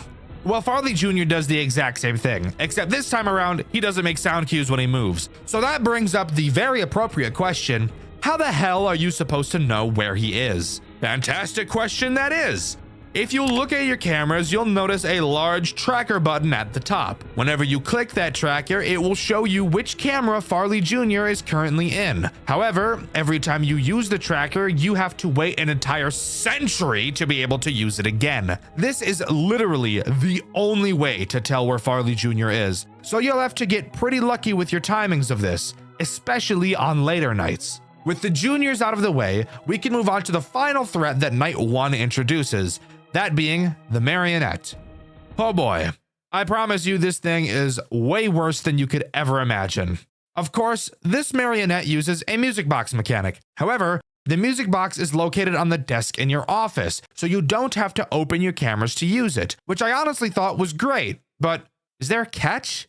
Are you retarded? Of course there's a catch. There's always a catch. The marionette can move throughout the night. The way she moves? Take a fucking guess. Exactly! At random, she'll make a sound cue signifying that she's teleported to a random camera. Another find them on the camera mechanic, mixed with a music box mechanic. All right, fine. I've liked everything Solar Neon has done so far. Maybe if I look deep inside my cold, dead heart, I can find it in me to look past this. Maybe. When the marionette moves, you'll have to find which camera she went to and toggle the music box to said camera using the music box button I mentioned earlier. So while yes, you can wind it from your office, you're still not free of the worst fucking mechanic ever thought of by man. So, that was a lot to introduce in one night, and we've still got 4 or 5 more of these to go. To discover how bad it's going to get, stick around, because I get the really funny feeling that the further we jump into this game, the further my sanity is going to split. Oh my god. I don't even know what to say. Here we are on night 2, and this night is really going to show just how fucking difficult this game is about to be. This night introduces several new threats, all of which make me want to stitch my asshole shut so that I can never shit again. Let's waste no time and start talking about them. Tonight introduces the withered characters, literally every single one of them. Well, except for one, but we'll talk about that asshole a little bit later. To start, let's talk about Withered Basil and Withered Charlie. I'm going to talk about these two together because just like their junior variants, they both fundamentally do the same thing. On night 2, you'll notice in your office you can now pull 2 gates closed on both sides of you. These gates are important for these 2 threats. Withered Basil and Charlie's goal is to get to your office through these gates. Basil will attack the left and Charlie will attack the right. Just like seemingly every other character in this game, you won't be able to see these two while they're at your doors, so you'll have to track them on the camera to be able to tell when they've disappeared to them. Once you know they're at your door, close their respective gates and wait to hear them hobble away. You know when I said their goal is to attack these doors? Well, I kind of lied because they both have one other form of attack, that being the hallway in front of you. Both characters will appear in the hallway camera. When they disappear, they will do one of 2 things. The first will be moving to a side camera to make their way to their gate. The other will be moving to your hallway just like the juniors do. When you know they're in your hallway, all you have to do is flash them and they'll go away. These 2 characters alone already add a bunch of stress to this gameplay loop, especially with them being able to attack in more than one way. But we're still not done. We have yet to talk about the final threat this night introduces, the Jailhound. Jailhound is an incredibly frustrating character, mainly because he forces you to use 2 means of defense against him, both draining a crucial resource and wasting a lot of time. Jailhound can only attack through your main hallway. You'll know he's there because thankfully he'll start talking to let you know that he is there. The first thing you'll need to do is flash him, using up one of your film reels. Then, and only after you flash him, must you put your mask on. If you put the mask on beforehand, he'll kill you. This is explained by the flash disorienting him enough for the mask to fool him. Pretty interesting explanation, I will admit. Once you put the mask on, he'll enter your office for a short period and leave. Unlike the juniors, you do not have to play the Simon Says minigame inside of the mask. So yeah, a metric shitload of stuff thrown on top of you on only the second night of the game. And let me give you a little spoiler. There's a lot more characters that are going to be added to this loop. And with each one, years of my life are plucked away like nose hairs. I only want to die a lot, guys, don't worry. But I'm not quite ready to move on to night 3, as during my playthrough of night 2, which you can see over on my second channel, Dxtr Black, I of course died a few times trying to beat night 2 as I got used to everything. One of those times that I died, I actually got thrown into a death minigame. So let's talk about that. In this minigame, we play as a girl named Crystal. We go to the house of a man named Mr. Martinez, which, judging solely based on the color of his dialogue tech, I'm going to assume he's this game's William Afton. Crystal asks if Terrence, who I can only assume to be his son, is around, as he hasn't been answering messages. Martinez says he's been locked inside of his room after what I can only assume to be a supposed incident. Crystal apologizes about someone named Tubby, and at this point, we're not totally sure who that is. Martinez allows Crystal inside to go see Terrence, but when she goes to his room, Martinez is seen pulling out a syringe and following after her, clearly showing that he's about to do something terrible. The only question we'll be left with now is why, and who is Crystal? But with that, we're ready to move on to night 3. With night 3 coming along, we have even more characters thrown onto our shoulders, and I'm really not excited for it. We have another duo group of attackers that pretty much do the exact same thing. So let's talk about them first. These 2 characters are Balloon Boy and JJ. Yeah, that's right. Solar made JJ an actual threat in this game rather than just the Easter egg that she is in FNAF 2. Let's talk about Balloon Boy first. He will make his way to your left gate. Of course, like every other character, you won't be able to see him in your doorway. However, you won't have to watch him on the cameras either, as every time he moves, he'll make a sound cue. And the second sound cue he makes will signal that he's at your gate, and that you either need to close it or put your mask on. Either will make him go away. JJ is identical, except she attacks the right gate instead. Now, I mentioned these two were slightly different, and what they do if they get into your office is how they're different, since neither of them will actually end your run directly. If Balloon Bitch makes it into your office, he will quickly leave, but not before taking every single film reel out of your camera, forcing you to have to go through all of the cameras to find more. And at this point in the game, you really don't have the time to be doing that. Now, if JJ gets into your office, she'll do something so foul, I'm trying to hold back the vomit from spewing out of my mouth just thinking about it. If JJ gets into your office, she'll steal your fucking mask off the table. She will then teleport to a random camera in which you'll have to fucking find her and click on her in order for her to return it to your desk. Oh my fucking god, that is literally the most evil thing I've ever seen a character in a FNAF game do. Oh fuck. Oh, she took the fucking mask. I'm cooked. I didn't know she took the mask. I thought that sound cue from JJ was her.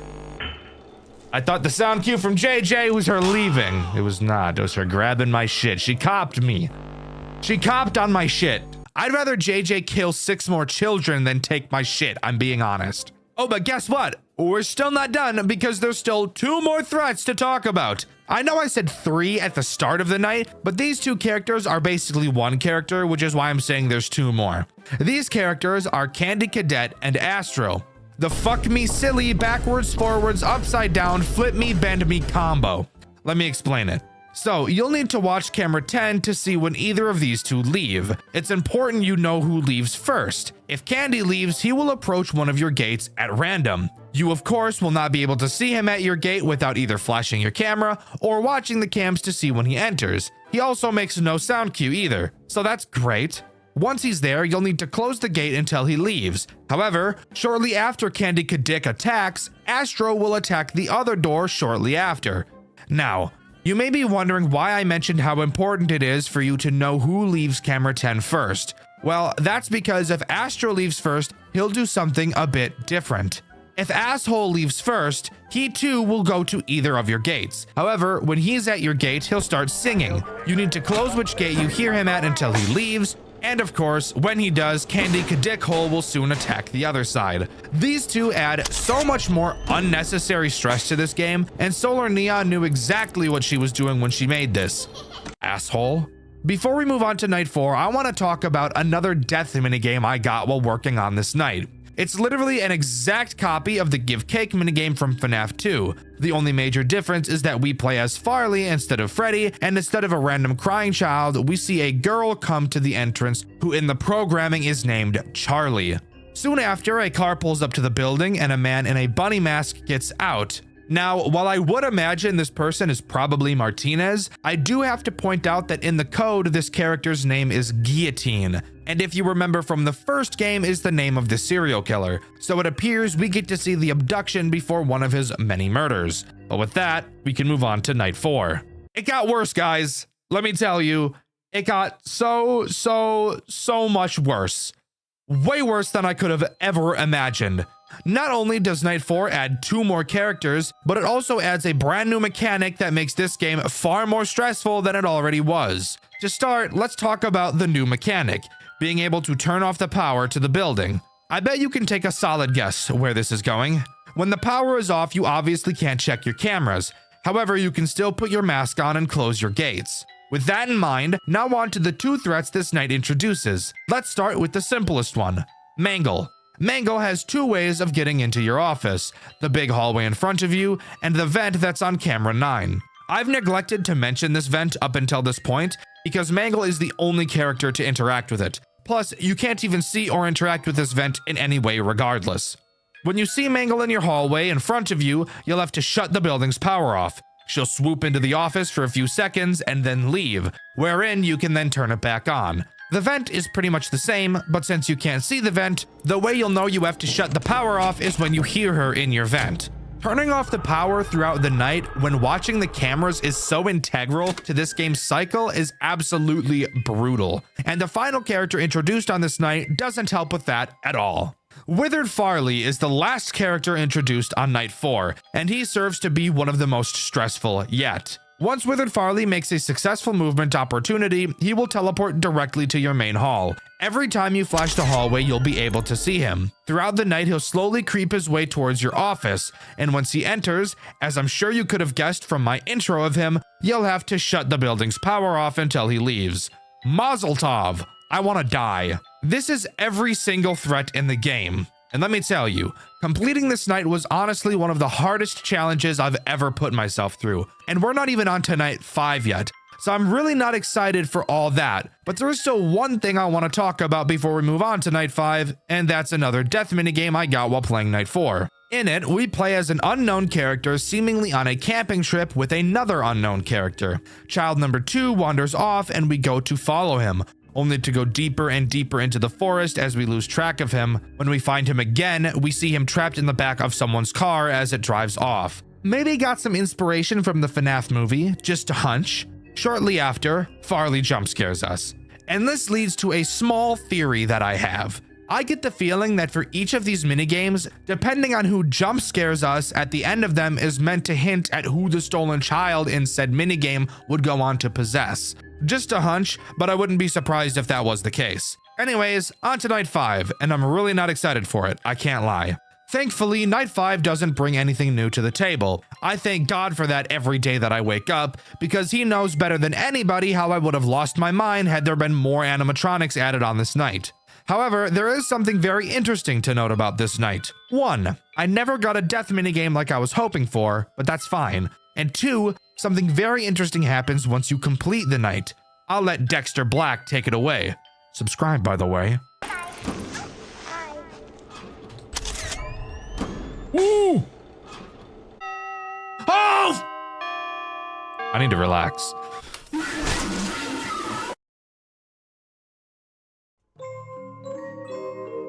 Wait, what? Mangle still kills you? What the fuck? That's right. Mangle kills you. And when reading the newspaper after the fact, we see that we've been playing as Jeremy Fitzgerald this whole time. Wowee! I'm leaking.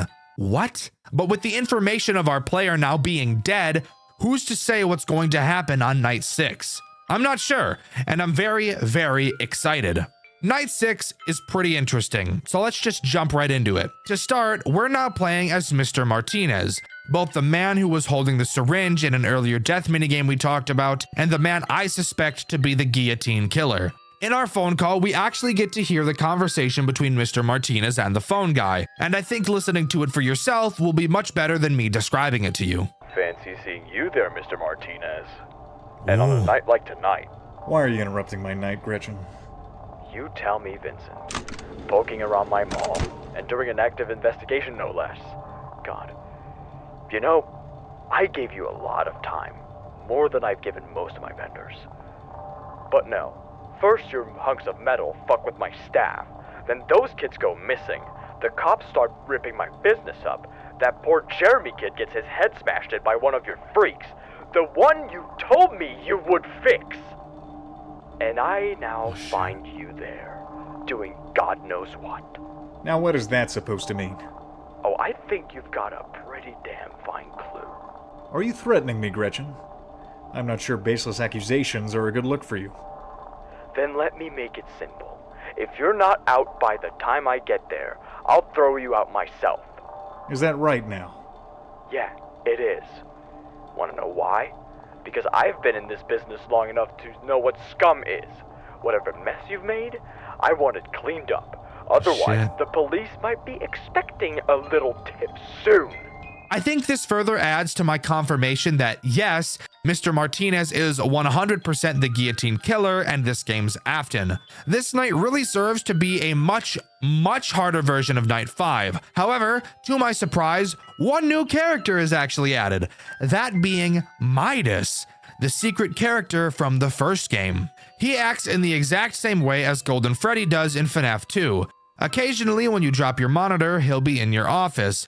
If you don't raise your monitor again fast enough, he'll kill you, easily becoming the most frustrating character in this game in my opinion, as the crazy amount of shit going on is already hard enough to keep track of in your head, but adding this bullshit guy on top of it really serves to make my head explode. However, it did lead to my crazy completion of Night 6.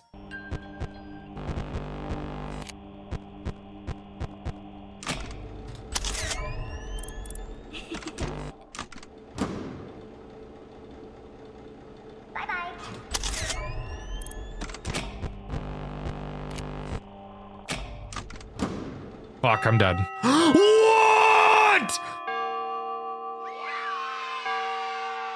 Holy shit! Tell me that's not the craziest completion you've ever seen.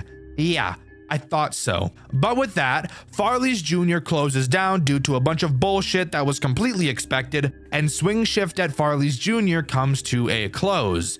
At least, that would be the case if we didn't have a bit more lore stuff to talk about, since with Midas actually showing up, I'm sure you could have assumed there's some stuff I was able to find.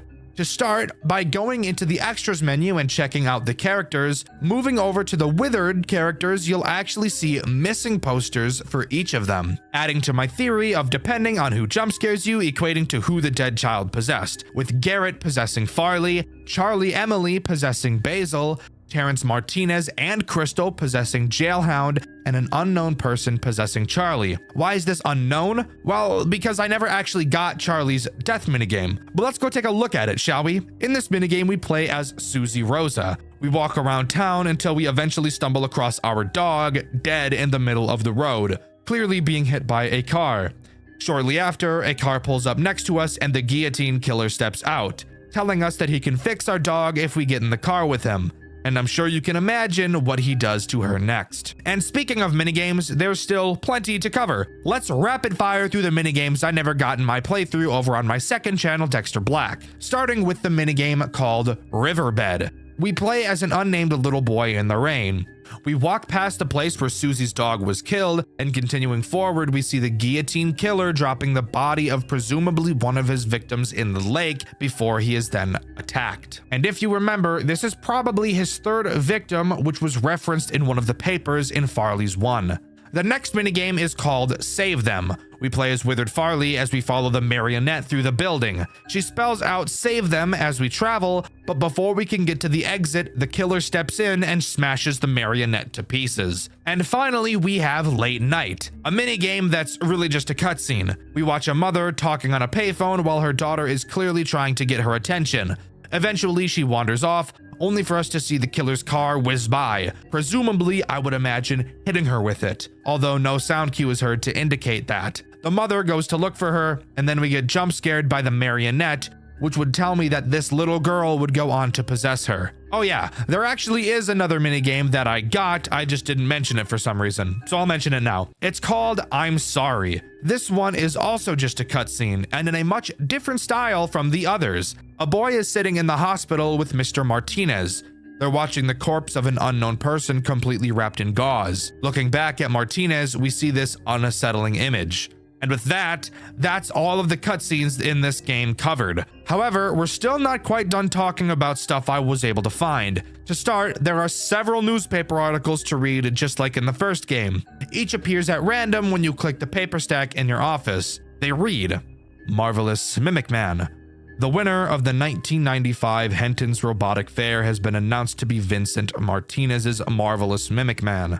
This robot won due to its impressive state-of-the-art AI that allows it to near perfectly mimic the actions and poses of anyone around it. Vincent Martinez, the proud creator of the Mimic Man, has made a statement on winning first place. I am honored to receive this award.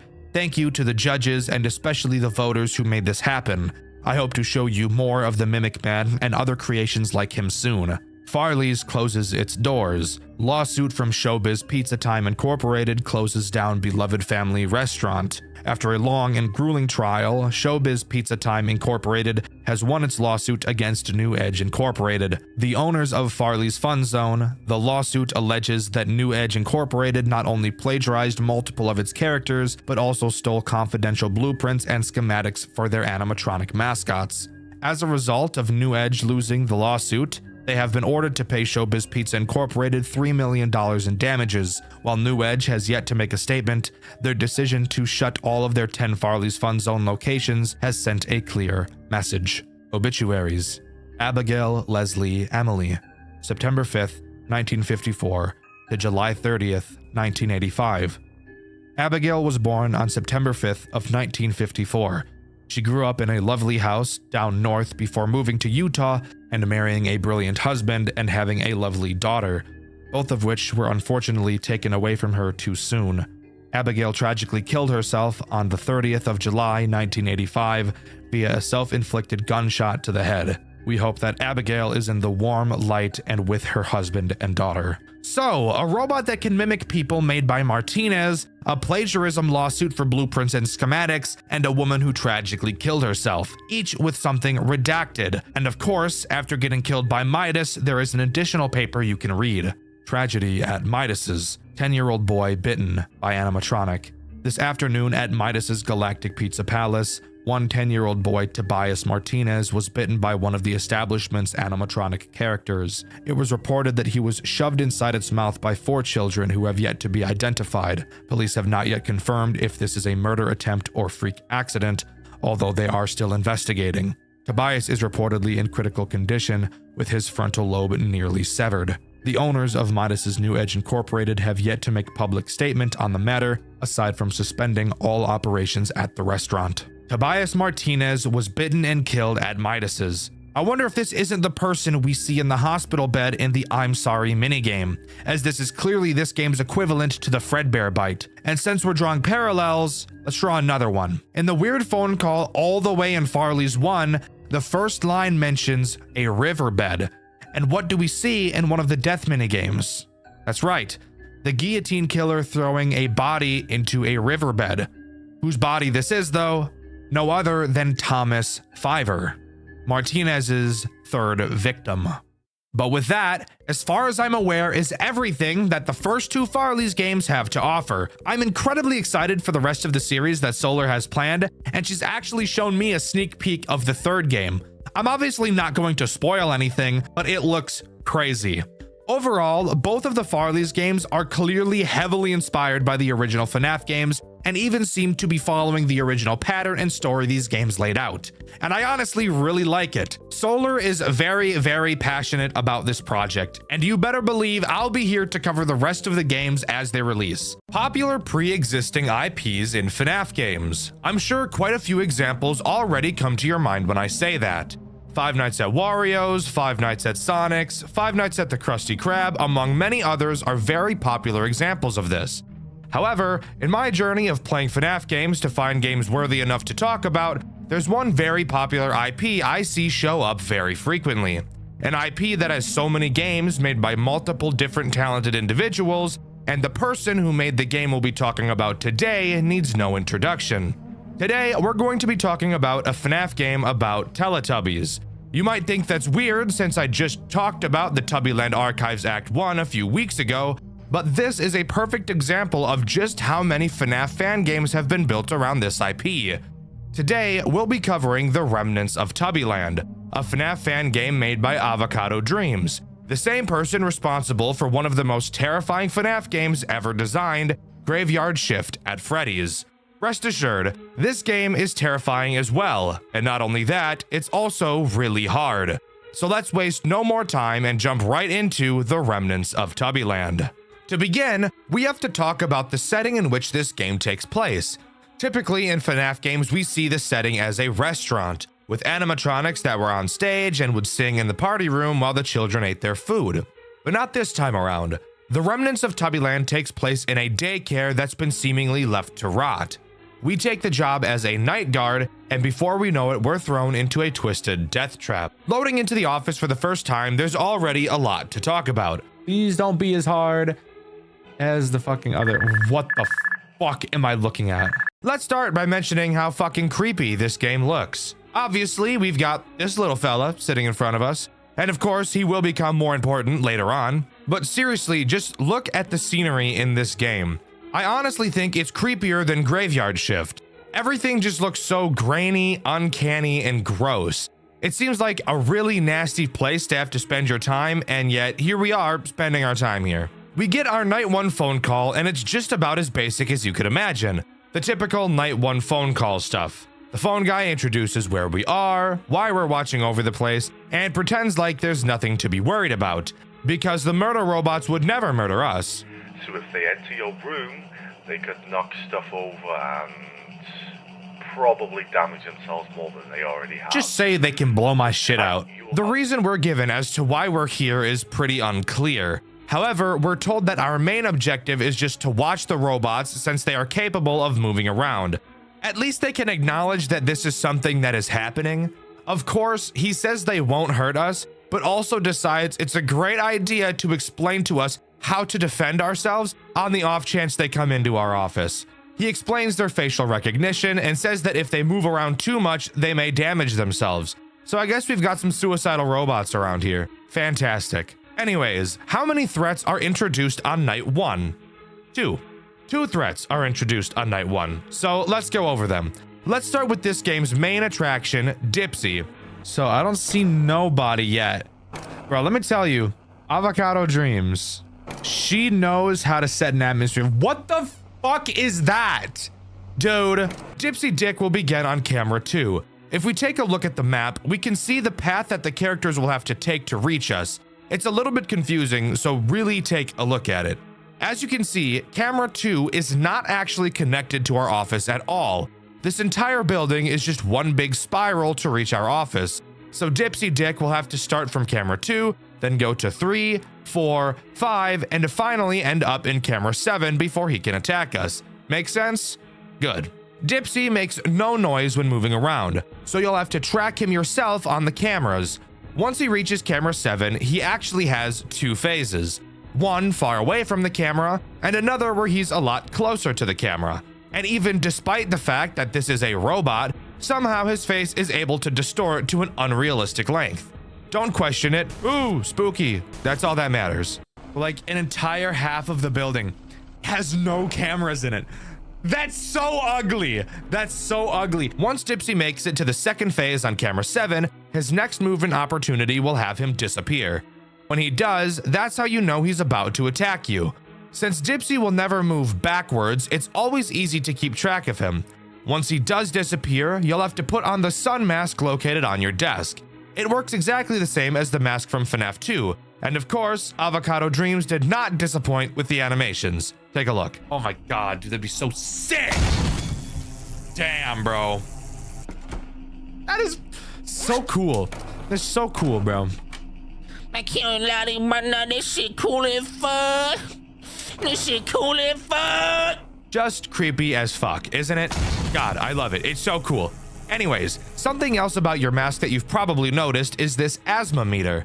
This is basically just the scrapped toxic meter from Five Nights at Freddy's 2. The longer your mask is on, the higher your asthma meter will increase. And if it increases all the way, the mask will forcefully be taken off, and you'll have to wait for a cooldown before you can put it on again. And that's obviously not a good thing, especially not on later nights. Now, for the second threat this night introduces, Trumpet.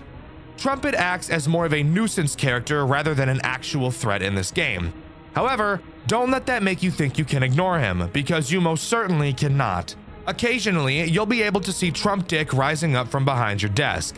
It does make a noise, but on later nights, you may find it hard to hear it while you're on the cameras, so you should get into the habit of checking often. When Trumpet starts to rise, you will have to quickly find his error message that randomly spawns on one of your cameras. My least favorite FNAF mechanic hidden into a character that technically doesn't enter the camera themselves. I'm onto you, game. Watch your back.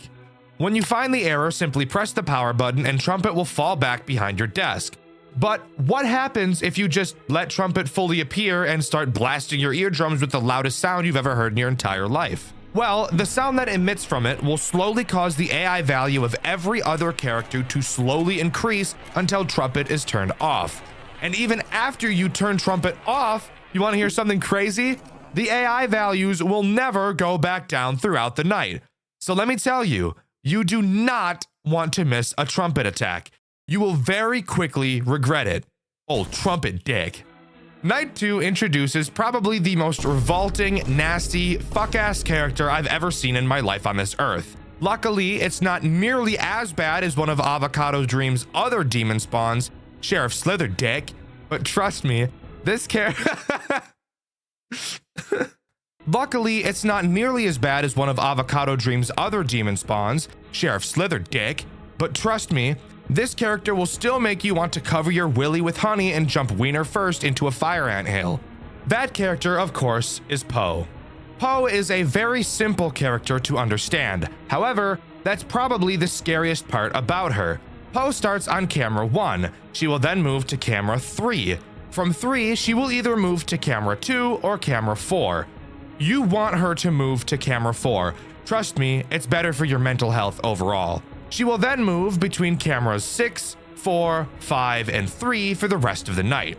She will never naturally wander to your office, but don't let that make you think you're safe. You're not safe. You're never safe. This is easily the worst character in the entire game. While Poop is on the cameras, if you're looking at the camera she's on, you'll be able to hear the song she emits as she wanders around.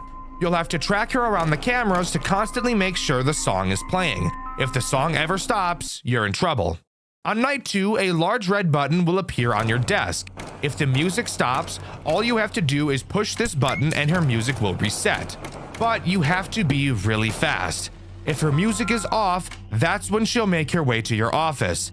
If you at any point see her in camera 7, you need to hit the button immediately. Faster than you've ever hit anything else before in your entire life. Faster than a 1950s husband hits his wife after coming home and not having a martini in his hand the moment he walks through the door. If you don't, obviously... if you don't...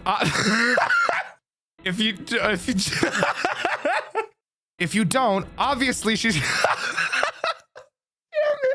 If you don't... If you don't, obviously she's gonna bounce into your office and start bouncing on it crazy style. Riding it like a bike with no seat type shit. Oh, but he's fast. It is me or did Poe get really fast? Oh shit. Oh my god, my ass just fell off. Fuck.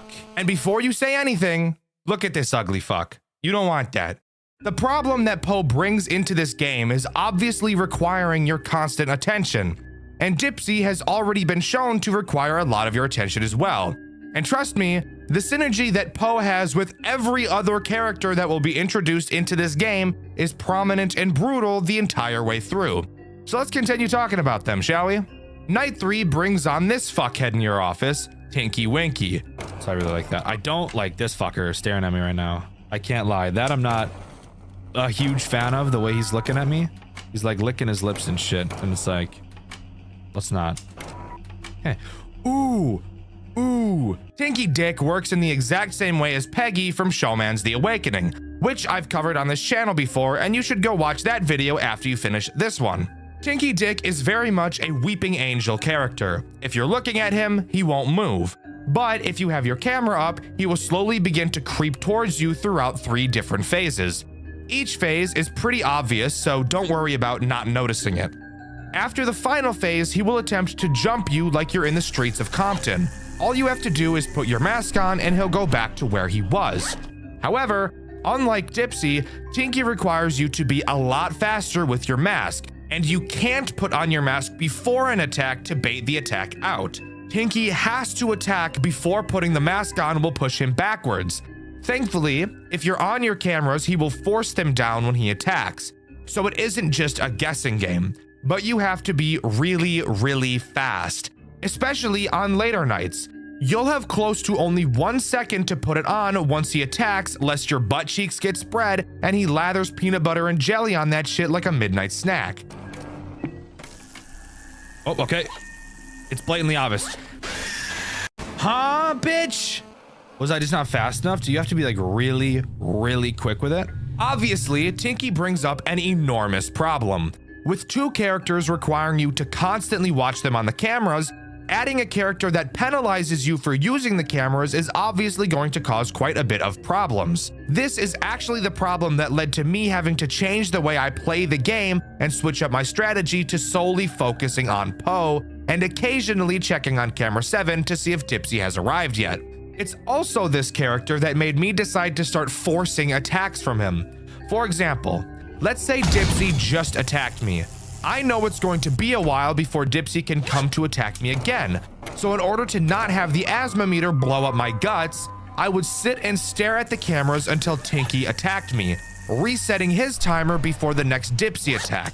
It's a very AIDS strategy that makes me die a little bit on the inside, but it does get the job done well enough. Well, now it's time to move on to night 4 and introduce a character so sepsis-ridden you'd think you've injected yourself with every disease on Earth. Lala. Lala starts in camera 1 like poop. She has a set path around the map to get to your office, very similar to Dipsy. On this night, you'll notice that each camera Lala will travel through will now be equipped with a camera button, allowing you to take a picture of each camera and obviously emitting a flash of light at the same time. I'm sure you can tell exactly where this is going. Lala will move throughout the cameras during this night. You will have to flash her on whatever camera she's on to push her back. Then go to the camera you pushed her to and flash her again. Keep doing this until you push her back into camera 1. When she goes back into camera 1, she will shut down and won't attack again for a while, so doing this is very important.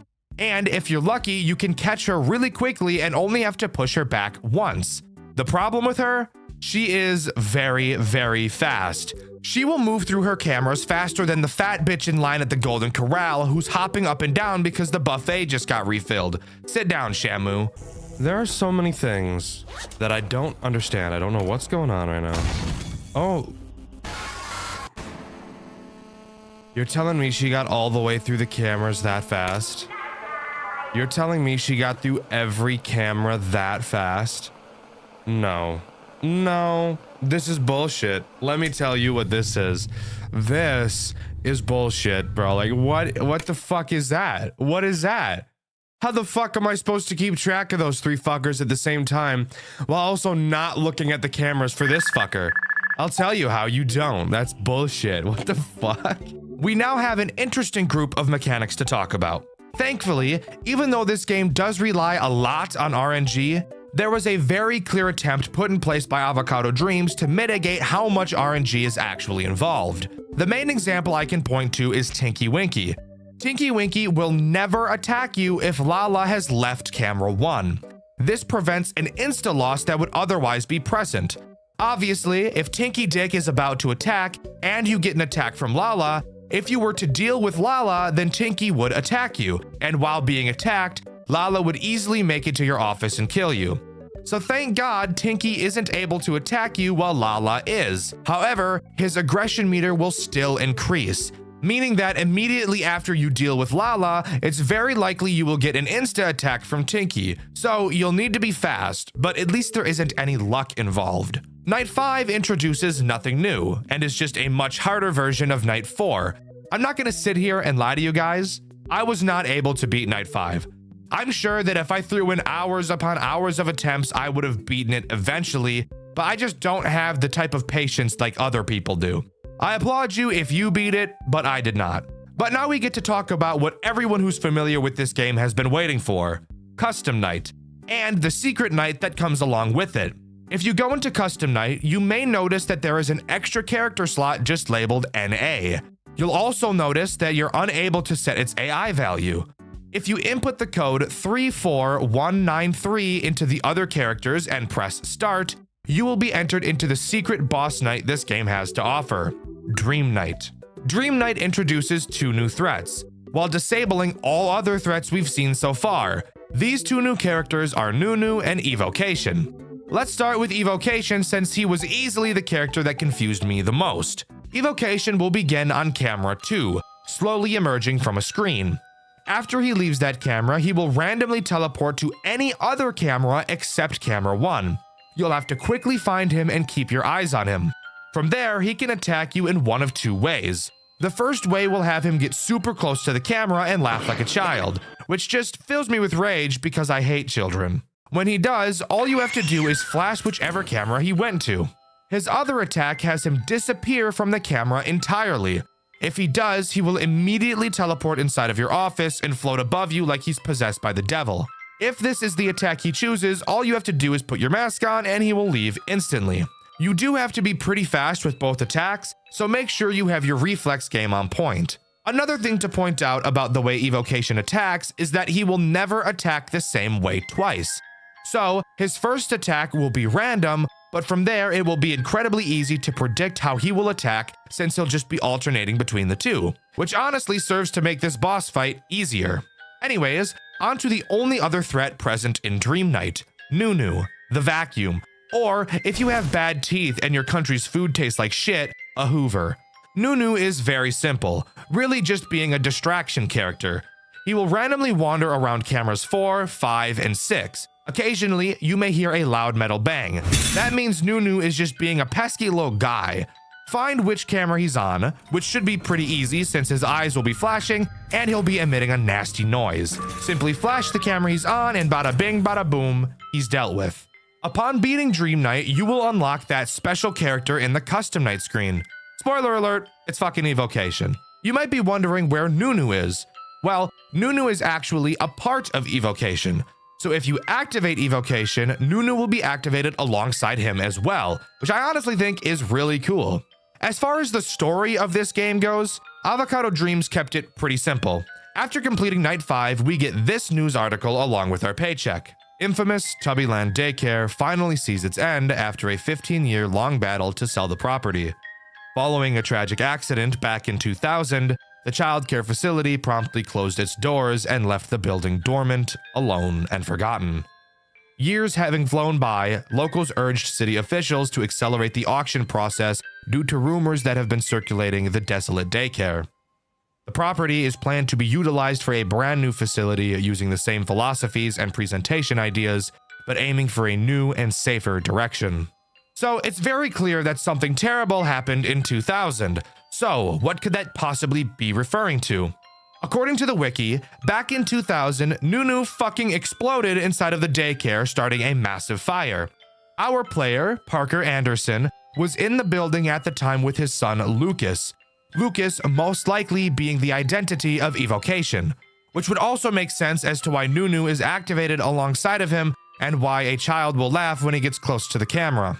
When the fire erupted, Parker left the building and saved himself, leaving his son behind to be burned alive. Years later, as the building is going to be demolished after being sold, Parker takes up the night shift job. He's unable to move on. Filled with guilt, he's not capable of forgetting what he did. Of course, Lucas's soul lingers inside the daycare, still angry, unforgiving of what his father did to him. So in Dream Night, he lashes out to attack. There's honestly not a whole lot of info on this game's lore. That is quite literally all I was able to gather from it. If there's anything I'm missing or something new comes up after this video goes live, please let me know in the comments below, as I definitely feel like there's a bit more to this. But as far as I'm aware, that's all the Remnants of Tubbyland has to offer. Overall, I think this game is incredibly scary. It's very good at keeping you on your toes the entire time, and while I may feel like the later nights are not balanced very well, and that there is still a large deal of RNG to have to deal with, I can't go without appreciating Avocado Dreams' attempts at mitigating it as much as possible.